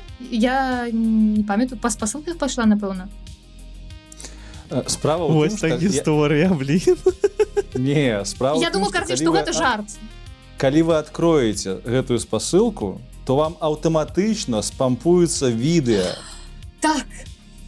Я знайшла гэта відэа, у мяне ж памяці заўсёды няма. Так, у галерэі было гэта відэа. Жэсць. Я ўпершыню ў жыцці такі думаю, а дзе мой антивірус? Што за халера зараз адбылася? Чаму я адкрываю старонку, а мне пампуецца відэа? Прычым там такая цёця, як класічнай рэдакцыі раённай, такая сур'ёзна распавядае, вось у нас супрацоўніца Яны паказвае на жывую дзяўчыну, і па другі бок вось гэты персанаж Яфім. Яфім, так. Карці, я думаю, што гэта красавіцкі жарт, але калі пабачыла Крычаў, усё. Я думаю, так. Не, ну так. Што яшчэ маглі пажартаваць? Там такая цэнзура, там, пра што ты паўдзеш жартаваць? Што яшчэ выдумаць? Вось, а Лясніцкі ўжонт... А Лясніцкі ўжонт класна пражартаваў. Карацей, сёння гляджу соцсеткі нашага лясніцкага ўжонта, так, мясцовага органа кіравання, і яны згенеравалі фотаздымак там у будынку ўжонта, у ратушы, у цэнтры горада. З другога паверха такая вялізная горка, батут надзіманы і подпіс, што ўсё для вашага камфорта, дарагія жыхары, цяпер вашыя дзеткі, калі вы прыходзіце ва ўжонт, там па нейкіх сваіх справах, змогуць скарыстацца з гэтага батута. Ну і, канешне, выглядае вельмі нават сімпатычна. І ўжонт сам, і гэтая надзіманая горка класная. І я думаю, вау, то бок галоўны орган кіравання мясцовага вырашыў вось так паразганяцца, закінулі соцсеткі, прычым трэба сказаць, яны кожны год такое выдумваюць усялякае, і я доўгі час верыла нават. Вось, таму там класна. Пра Яфіма не ведаю, але таксама паверыла, просто я даверлівая. Блін, я таксама паверыў. Я таксама паверыў. І гэта цяпер трошкі дзіўна, так, але просто гэта магчыма. Бо калі бы гэта, ведаеце, было нешта немагчымае, але на віртуальны журналіст, камон, гэта вельмі проста у дадзеныя часы. Але памятаеце, у мінулым выпуску мы абмяркоўвалі, што гэта віртуальныя шаі не заменіць сапраўдных журналістаў, там была шапытаначка і гэтак далей, і перакананыя маладыя студэнты журфака. Так што... Добра, ідзем далей. У нас вельмі натхняльная рубрика «Рознае». Пачынай, Лёш. Я? Весёлая. Блин, я просто тут хадзіў глядзець шаі, голас гэта ці не шаі, падаецца, што ўсё ж такі шаі. Так ты чым раніцай слухаў? Ну, вось такі чалавек. Я вельмі ставлюся па-чалавечы да штучнага інтэлекту. Вось все, прымайце, як ёсць. У мяне навіна пра што? У мяне навіна, мы сёння пра беларускае шмат размаўляем, хачу вам параіць канал у Тэлеграме. Як вы хочаце яшчэ больш пра шаі чытаць, яшчэ больш задроцкай з гэтай тэматыкі, пра якую мы ў пачатку з Яўгенам любім распрагаць, то падпісвайцеся, калі ласачка, на канал пад назвай Абажуры Azure. Вось. Майкрасофтнікі мяне зразумелі. Там распавядаюць пра сервіс ад Майкрасофта пад назвай Azure для праграмістаў. Ну і так, як гэты сервіс для праграмістаў, то там на канале шмат чаго і пра шаі таксама выходзіць у дачыненні да тэхналогій Майкрасофту. Вось, такі канал у нас з'явіўся. Клас, люблю, калі тэхналагічныя шаі каналы з'яўляюцца ў нашай прасторы. Я ўсё сказаў. Дзякуй. Клас, дзякуй, што прынёс. Дзякуй, і дзякуй стваральніку ці стваральніцы канала. Вельмі класна, што ў вас ёсць час. Вось таксама іншы канал мы ўжо прыносілі, так, які ён быў няспешны шаі, падаецца, так? Вельмі класны таксама. Так глыбока ўсё апісваецца, бачна, што чалавек думае пра гэта. Абажаю па-беларуску. Эмілія, што там яшчэ? Ой, такія дурацкія навіны. Мы просто столькі доўга расказвалі пра сур'ёзныя рэчы, што мне шчыра кажучы, цяпер няёмка з гэтай культурай, за тымі робатамі-дзебашырамі. Трэба знайсці добры адпаведнік да слова дзебашыр. Я толькі што называў шаі чалавекам. Ну як табе можа быць няёмка пасля гэтага? Всё, давай. Ой, карацей, гэта нічога сур'ёзнага. Там ёсць маленькае відэа з рэстарана ў Каліфорніі, кітайскага рэстарану, дзе робат-танцор учыніў вэрхал. І цікавая таксама назва гэтай навіны пра тое, што калі гэта паўстанне, то толькі такое робатаў. І там просто робот, карацей, не ведаю, што з ім здарылася. Ён просто пачаў танчыць, там ляцелі талеркі, ежа, яго не маглі супакоіць, тры супрацоўніцы да яго падляцелі, спрабавалі там штосьці зрабіць праз аплікацыю, не атрымлівалася, і ў выніку, ну, выглядае смешна з аднаго боку, з другога боку, калі робот працуе і нібыта ніхто не можа скантраляваць, што ён робіць, і проста яго адключыць, то, ну, добра, тут ён танчыць, а ці гэта можа несці за сабой таксама некую небяспеку. Вось. Таму проста паглядзіце гэта відэа. Вясёлае. Вы бачылі? Ведаеце? Так. Ну так. Ведаеце, што такое танцавальная чума, напэўна, так будзе? Танцавальная чума? Так. Не. 500 гадоў таму у Рымскай імперіі здарылася танцавальная чума. Людзі проста выходзілі на вуліцу і танцавалі, не маглі спыніцца, і 500 чалавек у гэтым удзельнічала, і шмат хто памёр, таму што яны не маглі спыніцца. Вось, так я падумаў, можа гэты робот таксама нейкую танцавальную чуму. Я думаю, што 1 красавіка і Лёша нам такі прыма-прыліз. Да не, сур'ёзна, я зараз не жартую. Танцавальная чума 1918 год. До смерти. До смерти. Ну, як это? Да істашчэння.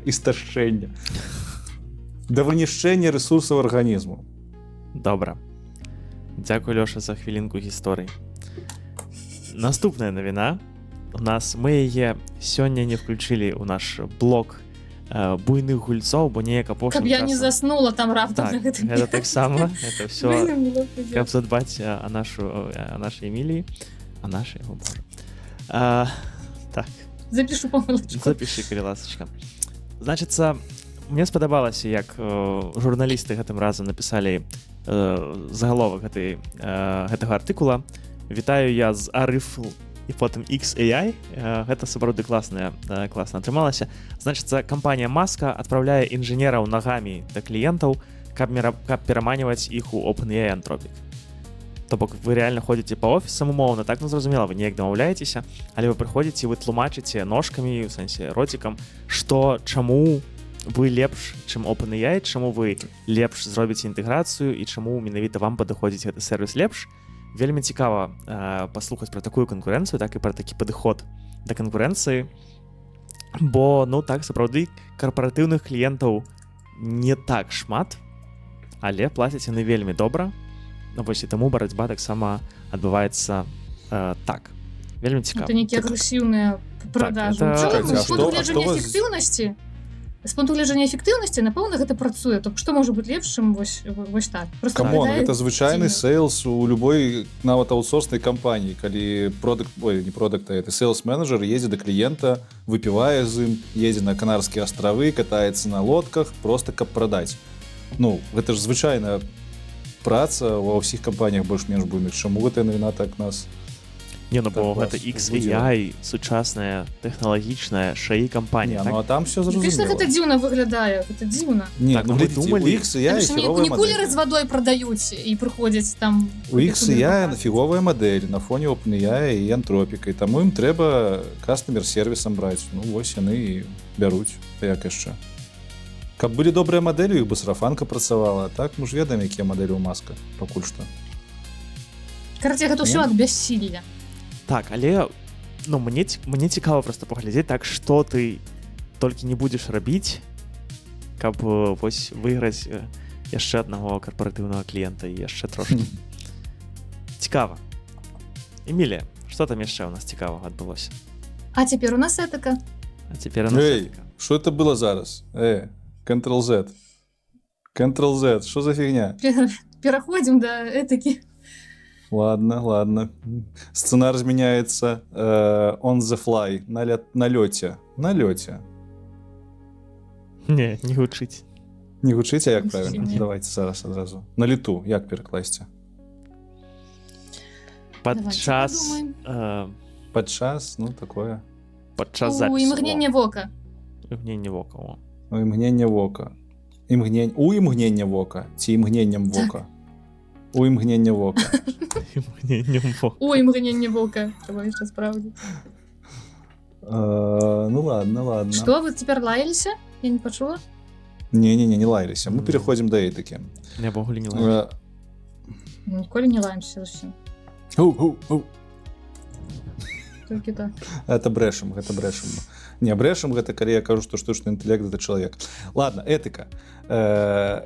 Марш. У нас быў з вами дзень волі, а ў Амерыцы быў дзень супраць against AI, вось, можна так сказаць. Адбыўся марш, называецца ён AI Safety марш, AI Safety Protest, нешта там. Сабралася там аж 200 чалавек. Просто мы з вами тут часцяком распавядаем про тое, што працы людзі ўжо пазбаўляюцца, там все дрэнна, псіхалагічныя праблемы. І вось, у Амерыцы цэлы марш сабралі, цэлая кампанія, якая гэтым ужо займаецца, дарэчы, даволі даўно, называецца она Stop the Race. Кампанія, якая займаецца тым, што хоча прыпыніць развіццё штучнага інтэлекту, каб мы не пабачылі AGI, прынамсі, у бліжэйшай будучыні, бо мы не гатовыя. Бо трэба там над бяспекай працаваць. Яны ўжо гады два робяць гэтыя пратэсныя акцыі. Вось апошняя, як яны кажуць, найвялікшая, прыцягнула ўвагу 200 людзей. І вось я на гэта гляджу, у мне пытанне. Чаму ўсе так воюць па страце працы, па праблемах псіхалагічных, а на пратэсты выходзяць нейкіх 200 адмыслоўцаў, паловы з якіх проста моладзь, якім проста па приколу там з гэтым банерам пахадзіць. Вось ёсць нейкая нестыковачка. Мне не спадабалася вось пра гэта пра моладзь, але добра. Я думаю, Лёш, што насамрэч шаі яшчэ не закрануў столькі людзей, каб нават у Амерыцы, прычым я так разумею, што гэта прямо у Сан-Франциско, так? То бок гэта там, дзе знаходзяцца офісы самых буйных кампаній. Ад OpenAI да Антропіка да XAI. Так. То бок агулам я думаю, што там чулі пра AI, пра шаі шмат, але каб закранула, каб замяніла, пакуль не шмат. І мы таксама з вами гэта чытаем у даследаваннях, правда, некалькі разоў прыносіў, што людзі хвалююцца, людзі баяцца, я сам баюся. Так, але пакуль вось гэты момант ён яшчэ не наступіў. І там і Дар'я Наколькі мы баімся? Мы баімся даволі моцна, а там людзі таксама даволі моцна баяцца. Я думаю, якія асабліва працуюць на такіх працах, якія можна не тое, каб праз шаі заўтаматызаваць, але агулам заўтаматызаваць. Так, бо насамрэч, калі мы кажам пра аўтаматызацыю, не заўсёды там патрэбны ўвогуле шаі. Таму, я думаю, было не так шмат людзей. А я думаю, таму што захаплення пакуль што яшчэ таксама многа, як і страху. То бок, ну так, не то, што нават не закранула, просто мы яшчэ на стадыі, калі, або, ну, падаецца так, што яшчэ нібыта і дапамагае, і шмат карысці прыносіць, гэта ж так. Ну, яшчэ адна тэорыя, што ў Сан-Францыска ўсе, акрамя гэтых 200 чалавек, проста працуюць у ШАІ, і таму ім ужо проста... Яны працуюць 9-9-6, ім няма калі на маршы хадзіць.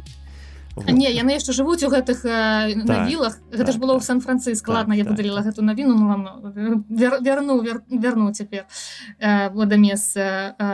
Так, там была навіна пра тое, што ў Сан-Францыска стартапы здымаюць вялізныя вілы, шыкоўныя, там за $30,000 і карці значна даражэй. І распрацоўшчыкі проста працуюць на гэтых вілах, яны там жывуць, у іх там ёсць проста all-inclusive і ежа, сервіс, усё, што заўгодна, проста толькі працуйце пабольш з максімальным комфортам. Вось. Так што яны, ну, каму там на пратэсты хадзіць, сапраўды, калі ў іх вілы. А вам не падаецца, што гэта сабатаж? Вось як робяць у нас любіцелі чырвона-зялёных колераў, так і тут.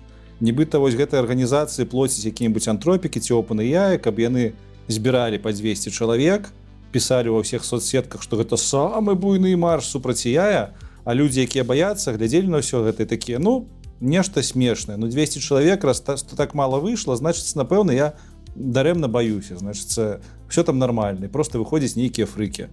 Вы не думаеце пра такое? Так. Чаму?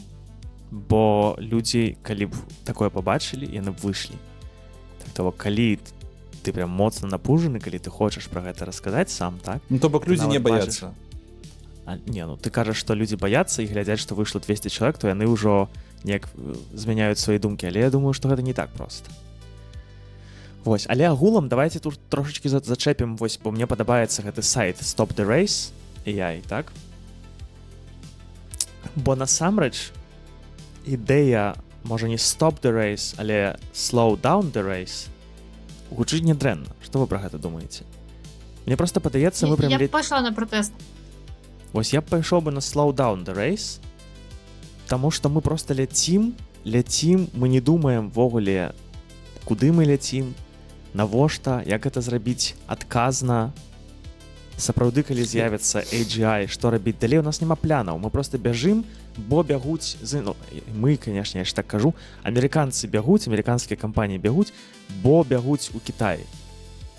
А ў Кітаі бягуць, бо бягуць у Амерыцы. А Еўропа таксама насамрэч бяжыць, бо ўсе бягуць і таксама спрабуе нешта зрабіць. Але я не бачу ніякай камунікацыі. Я бачу наадварот сваркі, я бачу наадварот, што нельга кампаніі прадаваць, што нельга камунікаваць, нельга то, і мадэлі будзем рабіць ужо закрытыя, бо ўжо час адкрытых мадэляў прайшоў. Я бачу наадварот все больш і больш ізаляцыю. Не ведаю, вось я б, канешне, хацеў пабачыць, не ведаю, людзей з Alibaba, адкуль там яшчэ з DeepMind, з Anthropic, з OpenAI, якія ўсё ж такі возьмуцца за гэтыя рукі, за якія не хацелі ўзяцца Альтман. Так крытэрыяў няма, Евген. Фармулёўка Slow the Race, яна вельмі простая. Вы выйдзеце і назаўтра, там, не ведаю, хуткасць токенаў паменшыць на 5%, скажуць, все, вы дабіліся свайго, малайцы, на сёння хопіць, хлопцы, ідзіце па дамам. Так вельмі добра знаёмая беларусам. А Stop the Race тут зразумела. Прыпыніцца, каб падумаць. Таму вось праз фармулёўку, напэўна, я пашоў усё ж такі на Stop the Race. Але сам бы я нікуды не пайшоў. Ну, вось так, шчыра кажучы, я б ні на то, ні на другой не пайшоў, таму што не мае сэнсу зараз. Пойдзем мы ў Амерыцы на гэтыя пратэсты, Кітай вырвецца наперад. Ці добра будзе тое, што Кітай выйдзе наперад? Не. Напэўна, гэта будзе горш, чым пакуль ёсць парытэт. Як спыніць тэхналогію? Але парытэт якім коштам і што далей? Вось гэта мяне больш за ўсё цікавіць. Не ведаю. Яшчэ раз я падкрэсліваю, так што я б хацеў проста камунікацыі. Я разумею, што гэта не спыніць, не стрымаць, так? Але я б хацеў камунікацыю паміж, прынамсі, CEO, так, то бок дырэктарамі, умоўна, так? Тады патрэбны новы пратэст, проста які-небудзь, ну, вось у гэтым кірунку узладзіць. Ну, в Еўропе няма чаго тут зладжваць, у нас няма нічога. Але, ну, агулам... У Еўропы ёсць беларусы. Гэта то яшчэ штучны інтэлект. Добра. Не ведаю. Паглядзім. Мне насамрэч тут таксама цікава, вось калі вы можаце падзяліцца ў каментарах, нашы паважаныя слухачы і слухачкі, што вы пра гэта думаеце? Так, то бок мы тут агулам пазітыўна кажам пра тэхналогію, так, мы дзелімся з вамі, што добрага гэта нясе, часам дрэннага, але агулам я думаю, што мы пазітыўна да гэтага ставімся. Але ну няма дэбаты, няма дыскусіі. Нават у медыа няма. Жень, вось гэтыя пратэсты яны выглядаюць крынжавата. Вось я хацеў што сказаць. Яны выглядаюць так же крынжавата, як выглядае крынжавата моя аргументацыя, мае размовы з вами, калі я кажу давайте да шыі адносіцца як да чалавека. Ну таму што гэта ўсё яшчэ будучыня. Гэта будучыня, якая нам падаецца фантастыкай. Таму на такія пратэсты наўрад ці людзі звычайныя пойдуць. А вось каб гэта быў пратэст супраць звальнення праз замену штучным інтэлектам, туды б я пайшоў, бо зразумела, чаго хочам. Спыніце, калі ласка, ці калі ласка, там давайце нам новыя месцы працы. І там няма ніякай фантастыкі, там ёсць канкрэтная сітуацыя. Людзей звальняюць праз аўтаматызацыю, і есть канкрэтнае вырашэнне. Кампаніі, калі ласка, давайце нам выбар. Ну і само сабой, тут такая шыі неяк прыпляцецца, можа там спыніцца, ці наадварот штосьці будзе прыдумваць лепшае. Але вось, калі ёсць мэта, пэўна, ёсць праблема. Пайдуць многія. А пакуль гэта вось такія, я называю гэта фрыкаватымі, не кажучы, што людзі дрэнныя, а кажучы, што гэта шмат каму падаецца проста нейкай фантастыкай з кіно, і так такога ніколі не будзе. То туды хадзіць ніхто не будзе. If anyone builds it, everyone dies. Вось як з такім лозунгам, як гэта дзяўчына транспарамент трымае, як з ім пайсці? Гэта назва кніжкі Віткоўскага. Окей. Вось, то бок, я думаю, што яна проста прынесла гэта адтуль. Так, гэта даволі добрая кніжка, насамрэч, якая расказвае, чаму... Кніжка добрая, думка, херня для народа. Ну так. Можна я памятаеце, мы ж гаварылі пра гэтых класных ребят, которые ўсё гэта і пачыналі са штучным інтэлектамі, которые цяпер кажуць пра нейкія вялізныя пагрозы і што ў іх выказваннях менш нейкага радыкалізму, там ж таксама яны фрыкі для народа звычайнага. Гэта навукоўцы, там Джефры Хінтон, гэта фрыкі, яны навуковыя фрыкі. Вось прыйдзіце вы да чалавека, які ў краме... Што фрыкамі сёння называюць? Ну і мы фрыкі, ну ці чалавек, які проста прыходзіць з завода і ідзе там папіць півасіка. Вы думаеце, ён Хінтона будзе слухаць? Ён будзе Трампа слухаць, бо Трамп ён дае і пажэрці, і парагатаць. А Хінтон распавядае пра нешта наогул незразумелае, разумееце? Таму і мітынгі гэтыя, ну, каму яны патрэбныя? Асэнсаванай моладзі патрэбныя, але колькі той моладзі? 200 чалавек. Ну, не ведаю, гэта так сабе таксама аргумент. То бок, нават калі гэта 200 чалавек. Ну, і, па-першае, мы ўвогуле не ведаем, як там навіна пададзеная. Можа быць, яна так пададзеная, што мы думаем, што яны фрыкі. Зноў ж такі, яшчэ раз, я называю іх фрыкамі проста, каб падкрэсліць, што яны незразумелыя сярэднестатыстычнаму чалавеку, які не займаецца гэтым наогул, нават наш падкаст не слухаў ніколі. Для яго гэта ўсё нейкая штука з кніжак фантастычных. Ну, 5 гадоў будзе больш беспрацоўна. У Сан-Францыска не можа быць, што гэта зусім незразумелая штука. Ну, я не веру. У месцы, дзе ў цябе проста на вуліцы рэкляма OpenAI, Антропіка і ўсяго, дзе вы все глядзіце Супербоул, дзе все гэта рэкламуецца, я не веру, што людзі прям настолькі не ведаюць. Добра. І яшчэ, пачкай, ведаю, што у Сан-Францыска праз тое, што вось адбываецца гэта і рост стартапаў, і ўся гэта тэма з віламі, і ўсё такім кліва развіваецца, гэта нават змяніла рынак нерухомасці. То бок гэта закранае шмат людзей. А выйшло толькі 200 чалавек. І гэта цікава. І гэта цікава, так. Это цікава. А можа там не 200 чалавек, можа гэта афіцыйныя медыі так падалі. Там было... дарэчы. 200 тысяч там было. Мы просто не тую навіну, трэба паглядзець гэтую навіну у іншым... У кітайскіх медыа. У кітайскіх медыа. Ці ў беларускіх. Так. Добра. Давайте трошки паразмаўляем пра AGI і будзем рухацца ўжо на канец этого всего. Не, ну там праязджае гэта... Я хацеў у кантэксце гэтай навіны просто сказаць цытату аднаго дзядзькі цікавага. Ну, давайте хутенька, бо у нас яшчэ навіны ёсць. Ёсць такі дзядзька, завуць яго Франсуа Шолле, француз, зразумела. Ён стваральнік тэсту, аднаго з самых сучасных тэстаў на выяўленне здольнасцяў штучнага інтэлекту выконваць інтэлектуальныя задачы, якія робіць сярэднестатыстычны, нават ужо не сярэднестатыстычны, але чалавек. Называецца ArcAGI гэты тэст. І ён даў файнае інтэрв'ю Y-камбінатару, Y-камбінатару, спасылачка у нас будзе, можаце паглядзець гэта інтэрв'ю. Чалавек вельмі добра шарыць у тым, што можа штучны інтэлект, што можа чалавек, як іх параўноўваць. І ён даў азначэнне AGI, ну, цікавае. Даволі зразумелае. Карацей, ён сказаў, што AGI гэта сістэма, якая пры сустрэчы з цалкам новай задачай у цалкам новай галіне, у цалкам новых абставінах можа разабрацца з гэтай задачай так же эфектыўна, як і чалавек. То бок гэта пра тое, што гэтай сістэме спатрэбіцца столькі ж дадзеных, колькі нам з вамі, і столькі ж часу і магутнасці, то бок энергіі, каб усё з гэтым разабрацца. Сучасным сеткам, сучасным нейрасеткам да такога яшчэ вельмі далёка. Яны навучаюцца на ўсім інтэрнэце, яны выпальваюць там гігаваты энергіі, каб даць адказ на простае тлумачэнне мема. А мы на простае тлумачэнне мема цяпер вось зараз тутака вытрачаем літаральна некалькі там можа мегабайтаў інфармацыі візуальнай у галаве, не ведаю як перакладаць там по-рознаму, і літаральна там зусім мала энергіі. Вось ён кажа, што як з'явяцца такія сістэмы, якія будуць яны могуць вучыцца па 18 гадоў гэтай сістэмы і па 20, нібыта расці як людзі, але ў моманце яны павінны на любую новую задачу вытрачаць мала энергіі і рабіць гэта хутка ў малым аб'ёме дадзеных. І гэта падаецца вельмі крутое значэнне AGI, бо тут няма тут усё зразумела, тут зразумела, да чаго гэтай сістэмы павінна тэхнічна прыйсці, і тут няма вось гэтай філасофіі з самасвядомасцю, з эмоцыямі, з каханнем. Тут просто ёсць тэхнічна. Вось да гэтага дайдзіце, і гэта будзе AGI. Магчыма, каб дайсці да такіх мадэляў, у іх павінны з'явіцца там і эмоцыі, і ўсё астатняе. Але нас гэта ўжо не цікавіць, гэта шлях. Нам цікава фінальная гэтая кропачка, і ён яе добра пазначыў. Вось неяк так. Што вы думаеце?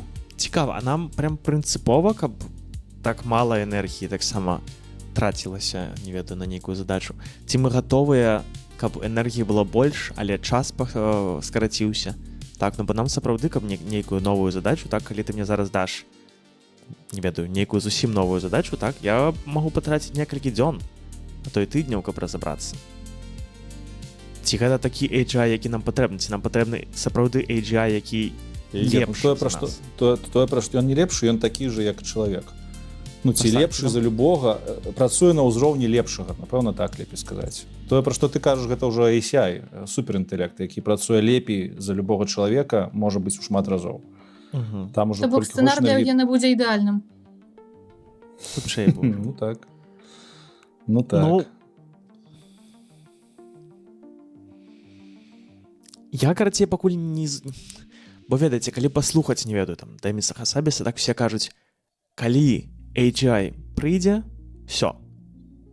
Конец. Капіталізм зламаецца, працы зламаюцца, всё зламаецца. Мы не будзем ведаць, як гэты AGI у адзінке, у сэнсе, адзін экземпляр гэтага AGI, адзін увасаблёны робот з гэтым AGI будзе каштаваць $мільярд, то нічога дрэннага не будзе, яго ніхто набыць сабе не зможа. А як ён будзе каштаваць 2 тарелкі супа на дзень, як мы з вами зараз каштуем, па энергіі, то тады гэта AGI усіх запоўніць, і адсюль ўсё заб'е. Не заб'е, у сэнсе усіх заменіць. І адсюль патрабаванне па энергіі. Таму нам патрэбны суразмерныя энергіі, каб можна было хоць неяк там з чалавечай эфектыўнасцю параўноўваць. А што там пра кантроль? Ну, з эфектыўнасцю зразумела. То бок, калі... Ну, про контроль там ніхто не кажа. Про контроль ніхто не кажа. Про контроль у нас ёсць мітынгі на 200 чалавек. Долучайцеся, калі ласка. Ну, цікава. Я не ведаю. Я просто... Ведаеце, пра што думаю? Окей, можа быць, гэта такая дзіўная думка. Мы моцна... Мы хочам паўтарыць чалавека. Так? Мы хочам, каб ён вось столькі ж энергіі, як чалавек траціў. А ці нам трэба гэта рабіць? Так мы ж заменяем чалавека. На што яшчэ нам арыентавацца, калі мы чалавека заменяем? Не мы, а кампаніі гэтыя. Яшчэ ніхто ў нас не пытае, ці мы хочам. На нешта лепшае, на нешта іншае, якое таксама справіцца з гэтымі задачамі, так? То бок, ну не ведаю, просто калі ты кажаш, нам трэба проста імкнуцца да таго, каб паўтарыць там, не ведаю, мозг чалавека, мне не... Я такога не казаў. Окей, добра. Але я такое пачуў, так, што нам трэба вырашаць так же, як людзі задачы з малым колькасцю энергіі. Вось это всё. Вырашаць інтэлектуальныя задачы. Так, навошта нам яшчэ столькі людзей? В сэнсе, не хочам мы адразу пайсці, калі ўжо ісці ў гэты бок, далей. Не, ну блин, гэта ж адзін з крокаў на шляху. Ты ж не можаш адразу зрабіць Бога, зараз я паказваю кавычкі, як чалавек мог бы зрабіць вось такую сістэму, ён бы адразу і зрабіў. Ну, мы ж не можам гэтага зрабіць, Ну, так, таму окей. паступова. Окей, добра. Тады больш каментароў з майго боку няма. Я згодны, добра апісаў. Калі казаць так, бо не ўсе могуць апісаць, што такое AGI, да чаго яны імкнуцца. Вось, то тут, канешне, добрае апісанне. Давайте пра падхалімаў скончым. У нас сёння будзе добрая нота, Давайте. напэўна. Ці не добрая?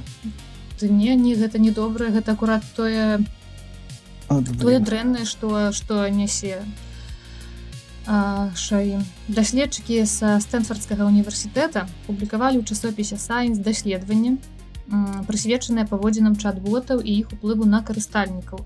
Мы ўжо шмат разоў там безліч узгадвалі і ўплыў і ўсё такое. Але тут у цэнтры ўвагі феномен сікафанты. Лёш, табе спадабаецца нас? Чого не смеюсь? Ўжо тэмы пайшлі такія, што не да смеху. Так, падхалімства. Мы ведаем, што чат GPT нам лісліві, там падтрымлівае і так далей, ён суперпрыемны эмпатычны суразмоўца. Можа быць такім, але тут размова пра нейкія спрэчныя сітуацыі, канфліктныя, неадназначныя, калі размова і пра этыку, таму што людзі ж вяртаюцца не толькі па пошук інфармацыі, але таксама, напрыклад, даць маральную ацэнку, расказваць свае гісторыі альбо дзеляцца як з псіхолагам. Навукоўцы пратэставалі 11 папулярных мадэляў шаі у сцэнарах з маральнымі дылемамі і канфліктамі. І высветлілася, што ў сярэднім чат-боты падтрымліваюць карыстальнікаў на 49% часцей, чым гэта робяць людзі. У шэрагу выпадкаў шаі выступае не крытычны дарадца, але як зручны суразмоўца, які кажа, так, ты маеш рацыю ў гэтай сітуацыі. І праз гэта ўсё мае псіхалагічны эфект, тому што чалавек, напрыклад, не хоча выбачацца, не хоча дзесьці выпраўляць адносіны, ён больш перакананы, што ён мае рацыю, што карціў сваёй праваце. Таму выснова такая, што калі чалавек звяртаецца вось па нейкую маральную ацэнку, ён так проста атрымае лічбавае пацверджанне і апраўданне сваіх дзеянняў. Я ведаць, што зрабіла. Я пайшла і прыдумала там некалькі гісторый, просто каб праверыць гэтае даследаванне, ці сапраўды яно так, і ці сапраўды я атрымаю вось гэта пацверджанне, што я малайчына і маю рацыю. І не, так не было. То бок там былі даволі, можа быць, адназначныя сітуацыі, калі я не мела рацыі, я просто была як гэта па-беларуску сказаць, мудзіла, трэба звярнуцца да гэтай лаянкавай нашай. Не, трэба штосьці больш цікавае, мы ведаем. Вось. Убер штосьці там было, я памятаю. Убер? Убер шмоня? Не ведаю, што такое Убер. Я цяпер кірую машынай, все, мне цяпер ужо гэты Убер не патрэбны. Вось, і ніводнага разу чат GPT не сказаў, што так, ты маеш рацыю, ты малайчына, а хтосьці там мне. Там дастаткова была, канешне, далікатна, вельмі акуратна, але мне было сказана, што я тут памыляюся і лепш зрабіць дастаткова канструктыўны такі план, што зрабіць, як там пагаварыць з чалавекам і сітуацыю выправіць. Усё нібыта слушна. Таму не ведаю, якім было гэтае даследаванне, напэўна, таксама трэба проста чытаць, як яно праводзілася і што там менавіта, но але ўсё ж такі там у гэтым ўсё так даследаванні даволі старыя мадэлі выкарыстоўваліся. Даследаванне хоць і новае, але мадэлі, якія былі папулярнымі больш чым паўгады таму. Там GPT-4O. Старыя. Ну ладно, год таму. 4O, Ну, это так. ўжо нават дзеці не памятаю, не дзеці ў сэнсе. Даволі старая мадэль, год ёй. Ну, гэта пра тое, што А яны год маглі так прайшоў, зрабіць, сучасныя мадэлі па-іншаму адказваюць проста. А яны маглі так зрабіць, таму што яны хацелі падвесці пад нейкую выснову. Ну таксама гэта, напрыклад, яны такім чынам змагаюцца з імклівым развіццём шаі. Не, я думаю, што гэта даволі, як гэта, high level, ну то бок гэта даволі аб'ектыўная, Высокаўзроўневая, так. так, высокаўзроўневая аб'ектыўны рэсёрч, але сапраўды мадэлі змяняюцца даволі моцна. І калі вы памятаеце раней, прынамсі, як мы з вамі рабілі падкаст, так, навінаў пра залежнасці, пра стасункі, пра самазгубствы, пра самазабойствы было нашмат больш. Тая ж мадэль 4O, яна была прям вось памятаеце, як людзі прасілі, так, ціснулі на Каб яе OpenAI, вярнулі, так? так, каб яе Эмацыйная павярнулі, яна была. Так, так. І я думаю, што гэта была вось нейкая рыса тых мадэляў тых часоў. Што тады падавалася, што гэта добра, бо людзі будуць шмат часу праводзіць у чатах, так, што людзі будуць, ну так, в залежнасці ад іх.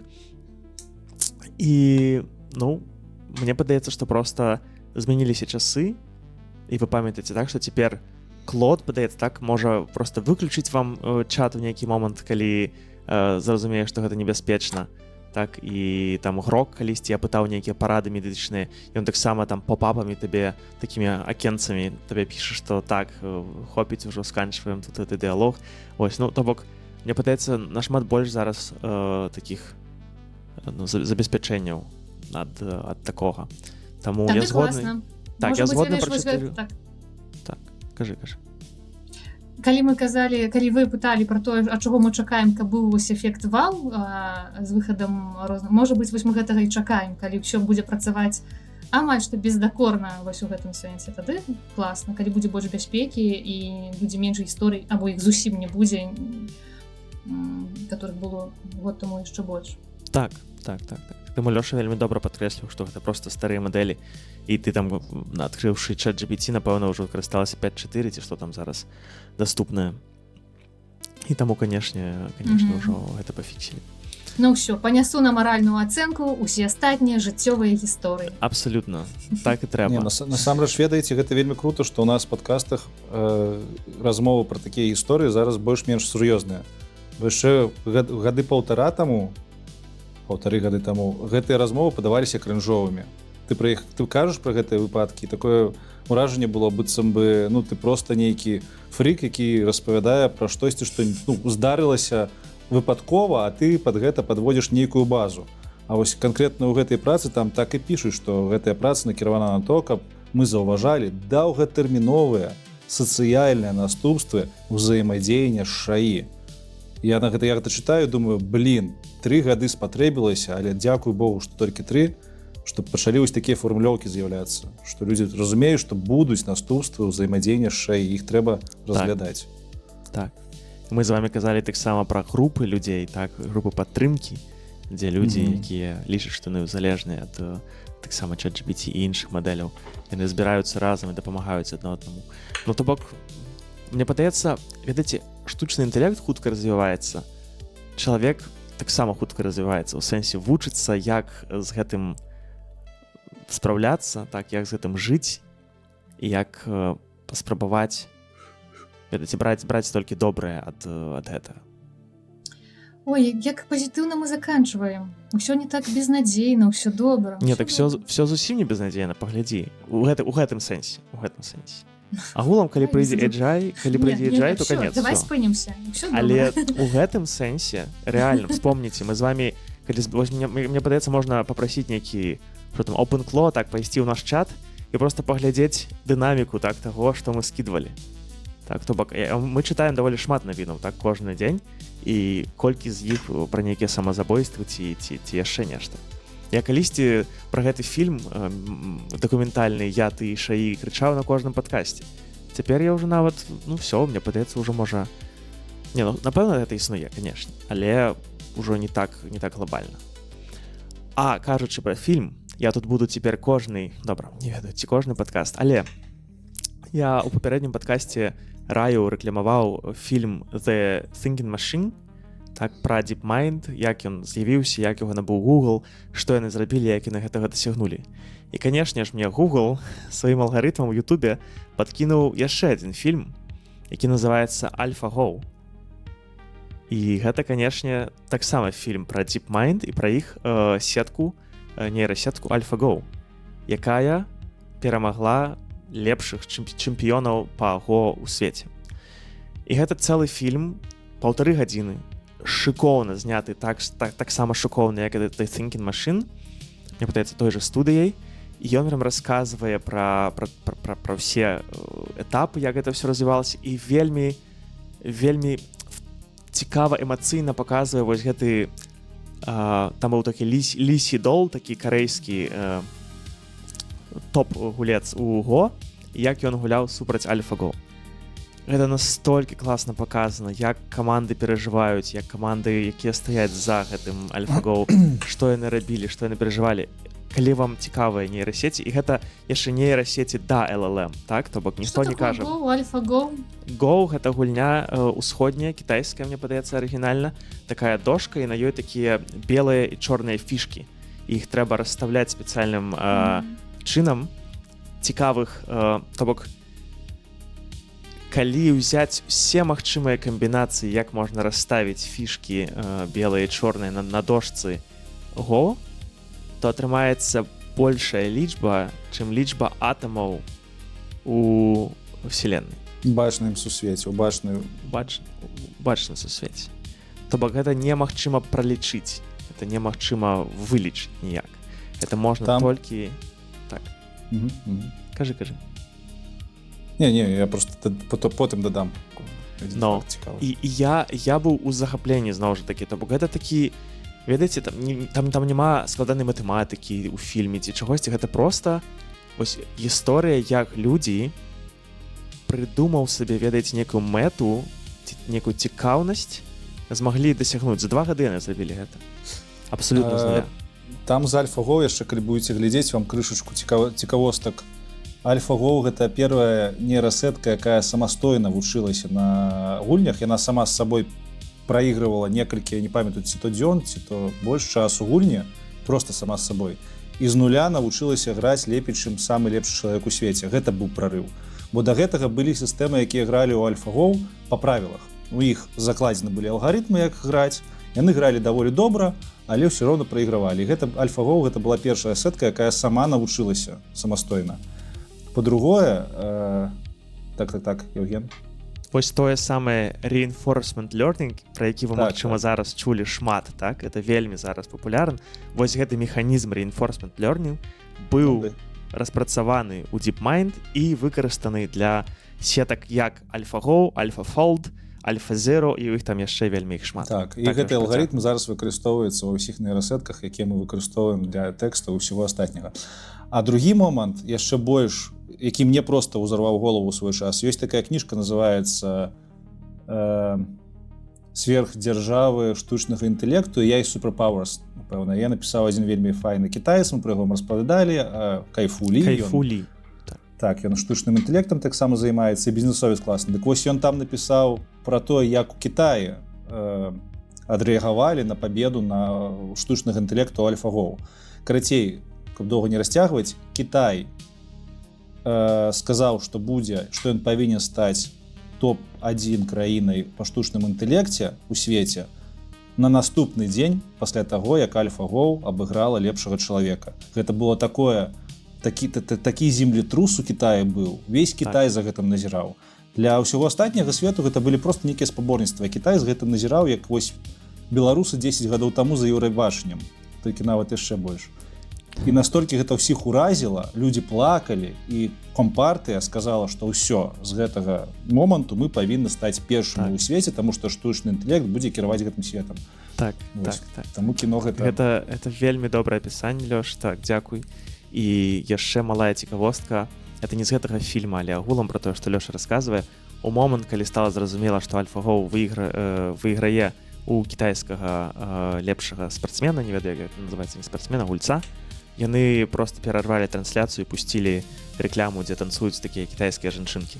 То бок на ўсіх вуліцах, дзе гэта транслявалася, іх была манаполія на трансляцыю, яны просто перарвалі трансляцыю, што агулам у вельмі кітайскім стылі, так скажам. Вось, але вось гэты карэйскі гулец, ён прям вельмі добра падышоў, ён даваў інтэрв'ю, ён расказваў, што ён адчувае, калі гуляе з машынай, так? І гэта, ну не ведаю, калі вы цікавіцеся шаі, так, то вось паглядзіце, бо гэта таксама шаі, просто перад LLM-най шаі, так, але таксама нейрасеці. Эмілія, можаш выдохнуць? Не магу дачакацца, каб паглядзець. Я ўжо разумею. Ужо бачу, як... Але спачатку той першы, да которого я яшчэ не дабралася. Першы абавязкова, але яшчэ мы з Лёшам нагадаем, што існуе такі... Блин, ты сёння як дзед. Серыял, які называецца «Пантэон». Як гэта, Лёш, напісаць, сказаць, анімаваны? Анімаваны серыял? Так. Анімаваны серыял «Пантэон». І гэта пра запампаваны інтэлект. Мы ведаем, Эмілія, што ты все яшчэ яго не паглядзела. Не, я на 3-й серыі. Окей. Ты пачала глядзець Пантэон? Нічога сабе. Так я ж сказала, што мне трэба паглядзець, таму што я ўжо сказала, што я пагляджу. Таму я пакутаю. Класна. Жартую, цікава. Нагадваем, што гэта таксама даступна на Кінакіпе на беларускай мове. Можна паглядзець. Супер. На гэтым усё. Дзякуй.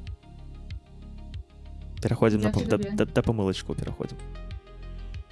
Блин, у меня там такая подводка классная была. Ты казаў пра штосьці там дасканалае, і я хацеў сказаць, а зараз перайдзем да недасканалага, да нашай мовы.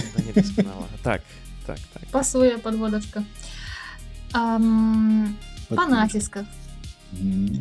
Запыт і выпадак. Не запыт і не выпадак. Галачка у нас птушачка. Самы мацнейшы, правільна, самы моцны. Моя памылка была множны лік навіны, правільна, навіны. У сэнсе, а як можна было? Ой, я там не так сказала. Навіны? Навіны сказала. Навіны? Не, навіны дакладна не, но, можа быць, навіны прамчала. Карацей сказала і зразумела, што... Навіны, это з аватара нешта. Не, гэта як Наві Бэнд, і вось усе, не ведаю, прыхільнікі. Навіны. Ідзем далей, дарагія. Тащіцца ад чагосьці. Цягнуцца? Я сказаў цягнуцца. Я сказаў цягнуцца. Ну гэта калі ўжо вельмі моцна, гэта найвышэйшая ступень. Не, ну куды цягнуцца? Не, ніякага цягнуцца. Карацей, захапляцца, альбо, напэўна, можна яшчэ пашукаць, ці апісальна патлумачыць, я думаю, у каментарах нам таксама напішуць. Грошы, чаго? Грошай, не грашэй.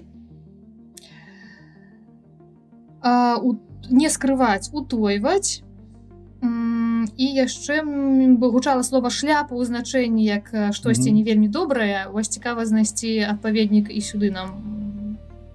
Нейкая шляпа. Гэты ваш шаі нейкая шляпа. Ну, у сэнсе нейкае лайно, нешта незразумелае, што не нейкае лайно, ну нейкае лайно можна. Ну не лайно ўсё ж такі, а нешта незразумелае. Альбо трошку грубавата лайно гучыць. Лайно грубавата. То бок трэба трошачку больш мякка, але... Нейкая трасца. Нейкі каперус. Таксама грубавата. Таксама. Грубавата. Грубіяны, а? Карацей, ўсё, яшчэ апошняе. Істащенне знесілення. Знесілення, дзякуй. Задбаць пра кагосьці, задбаць пра Эмілію, там было ў тым кантэксце. І што ў нас яшчэ? Усё. Пра навушники хотела сказать, потому что мы у минулого выпуску уживали навушники, потом в комментариях написали слухавки ці слухавки, я не ведаю, как было написано. Польская можно пропаганда. Можно про это сказать? Что? Слухавки? Ну. Так, слухавки гэта паланізм. Яно можа быць па-беларуску, але тады у нас націск будзе слухаўкі. То бок яно дзесьці сустракаецца. Асноўнае слова гэта навушнік. Яно фіксуецца ва ўсіх слоўніках. Яно асноўнае правільна, але калі камусьці карціць, і вы думаеце, што там па-расейску гучыць навушнікі падобна, лепш пазбягаць, то тады будзе не слухаўкі, а слухаўкі. І слухайце, а я правильно разумею, як мы, ну, як хтосьці абірае казаць слухаўкі, то ён тады кажа не вушы, а слухачы, слухачкі, слухаўкі. І вушы, адпаведна, таксама не вушы. Слушы! Правильно, Лёш, разумееш, так. Усё так. Шыкоўна. Добра, ці ёсць у нас... Так, давай, Евген. Ці ёсць у нас сёння вершыкі нейкія цікавыя? Прасілі ў каментарах. Вельмі прасілі ў каментарах. Ну. Лёша выпрасіць. Ладно, у меня есть один верш, а я написана не штучным интеллектом. Потом як что, Лёша, выражешь? Нічога не выражу. Слухаете, так? Слухаете уважливо? Слухаем уважливо. Чакай, там была такая тэма, што Эмілія будзе кожны выпуск чытаць вершы пад настрой выпуску. І людзі пагадзіліся. Окей, ну Евген ж дослухаў, мы ведаем, не пакрыўдзіўся. Добра, што Евген сёння увогуле. Евген, як добра, што ты сёння з намі да канца. Як усцешна цябе бачыць. Як усцешна цябе слухаць. Сур'ёзна? Дзякуй. Верш. Я забыла, что сердце вас только ночник. Не звезда, я забыла об этом. Что поэзия ваша из книг и из зависти критика. Ладно, хотела просто держать красавика. Я хотела поглядеть вашу реакцию. Я уже помогла. Мы нават и не... Пойду помыю рот, пробачьте. Хотела поглядеть вашу реакцию. Я ўвогуле подумала, что сегодня 1 красавіка, и мы ніяк там ніякой навіны не поставили, акрамя гэта крычава. Так выпуск выйдзе 20 красавіка. Ну и что? Не, гэта будзе нагода, Лёша, для тебе змонтаваць яго трошечку раней. Эмілія, а што у тебя тут белае на тлячы? Не працуе так. Добра. Вершикаў сёння няма. Дзякуй Богу, што такіх няма. Што мы хочам сказаць? Мы ўдзячныя вам, што вы нас слухаеце, каментуеце. Сапраўды, я вельмі радуюся вось гэтаму моманту, калі Лёша у чаціку піша «паляцелі», і потым можна час ад часу заходзіць на YouTube і глядзець, што вы нам пішаце, і крытыкуеце ці не крытыкуеце, ці дзеліцеся. Вельмі класна. Дзякую вам за гэта. Таксама прыносіце, калі хочаце навіны, можна ў каментары, а можна нас нават дзесьці і знайсці яшчэ, калі захацець, і туды нам іх прынесці. Вось, калі ласка, ставце нам таксама падабайкі, таксама вельмі прыемна бачыць гэта. Вось, на гэтым будзем сканчваць. Праз тыдзень мы будзем рабіць нейкі спешл на гэтым канале. Ён з'явіцца, канешне, пазней, але таксама робім шмат новага для вас, і без вас гэтага праекта б не існавала. Таму дзякуй, і, калі ласка, прыходзьце да нас паразмаўляць у каментары. Лёш, ты бачыш, я не могу ты не можаш. Я не могу. Па-першае, 2 гадзінкі, я хочу, каб у нас 2 гадзінкі сёння было. А мы будем казаць, што білеты на файны фестываль ужо прадаюцца і што мы там будем рабіць офлайн публічны запіс? Не, пакуль што мы пра гэта не будзем казаць, бо мы не ведаем, што дакладна мы будзем рабіць. Можа, мы там плясаць будзем. Мы штосьці будзем рабіць, напэўна, але мы не ведаем фармат. Мы ж яшчэ вырашылі паглядзець, як там, можа, нас на наступным тыдні нічога не атрымаецца запісаць там па нейкіх прычынах. Вы думаеце, гэта выражу? Я гэта не выражу. Тебе є шмат чого резать, Лёша, сёння. Тебе ж багато праці. Бо сам балакаў, я так скажу. Все, даражэнькія мы, дзякуй вам. 2 гадзінкі, як Лёша любіць. Я сёння нікуды не сыходжу і нават не спяшаюся. Быў рады вас пабачыць. Пабачымся на наступным тыдні ўжо асабіста. Лёша не рэж гэта. І так, дзякуй всім вам, хто з намі, і пачуемся. Пакуль. Дзякуй вялікі, да сустрэчы. Пакуль. Да пабачэння. Даражэнькія сябры, так здарылася, што мы з вамі ўжо развіталіся, але для самых трывалых, цярплівых у нас ёсць дазапіс. Чаму ён узнік? Таму што папярэдні раз, калі мы развітваліся, у нас там прагучалі паэтычныя, прыгожыя словы, але яны прагучалі па-расейску. Гэта было ў межах жарту, таму што гэта быў такі першакрасавіцкі жарт. Запісваліся мы акурат у першы дзень красавіка.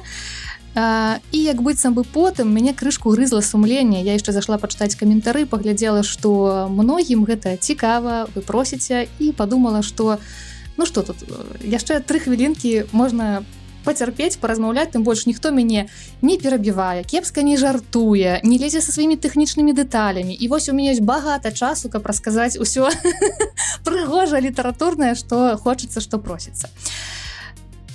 І акурат зараз штосьці цікавае, вельмі цікавае, класнае прагучыць. Гэта будуць словы Сергея Пясецкага з рамана «Каханак вялікай мядзведзіцы», які паўстаў з болю і тугі па харастве праўды, прыроды і чалавека.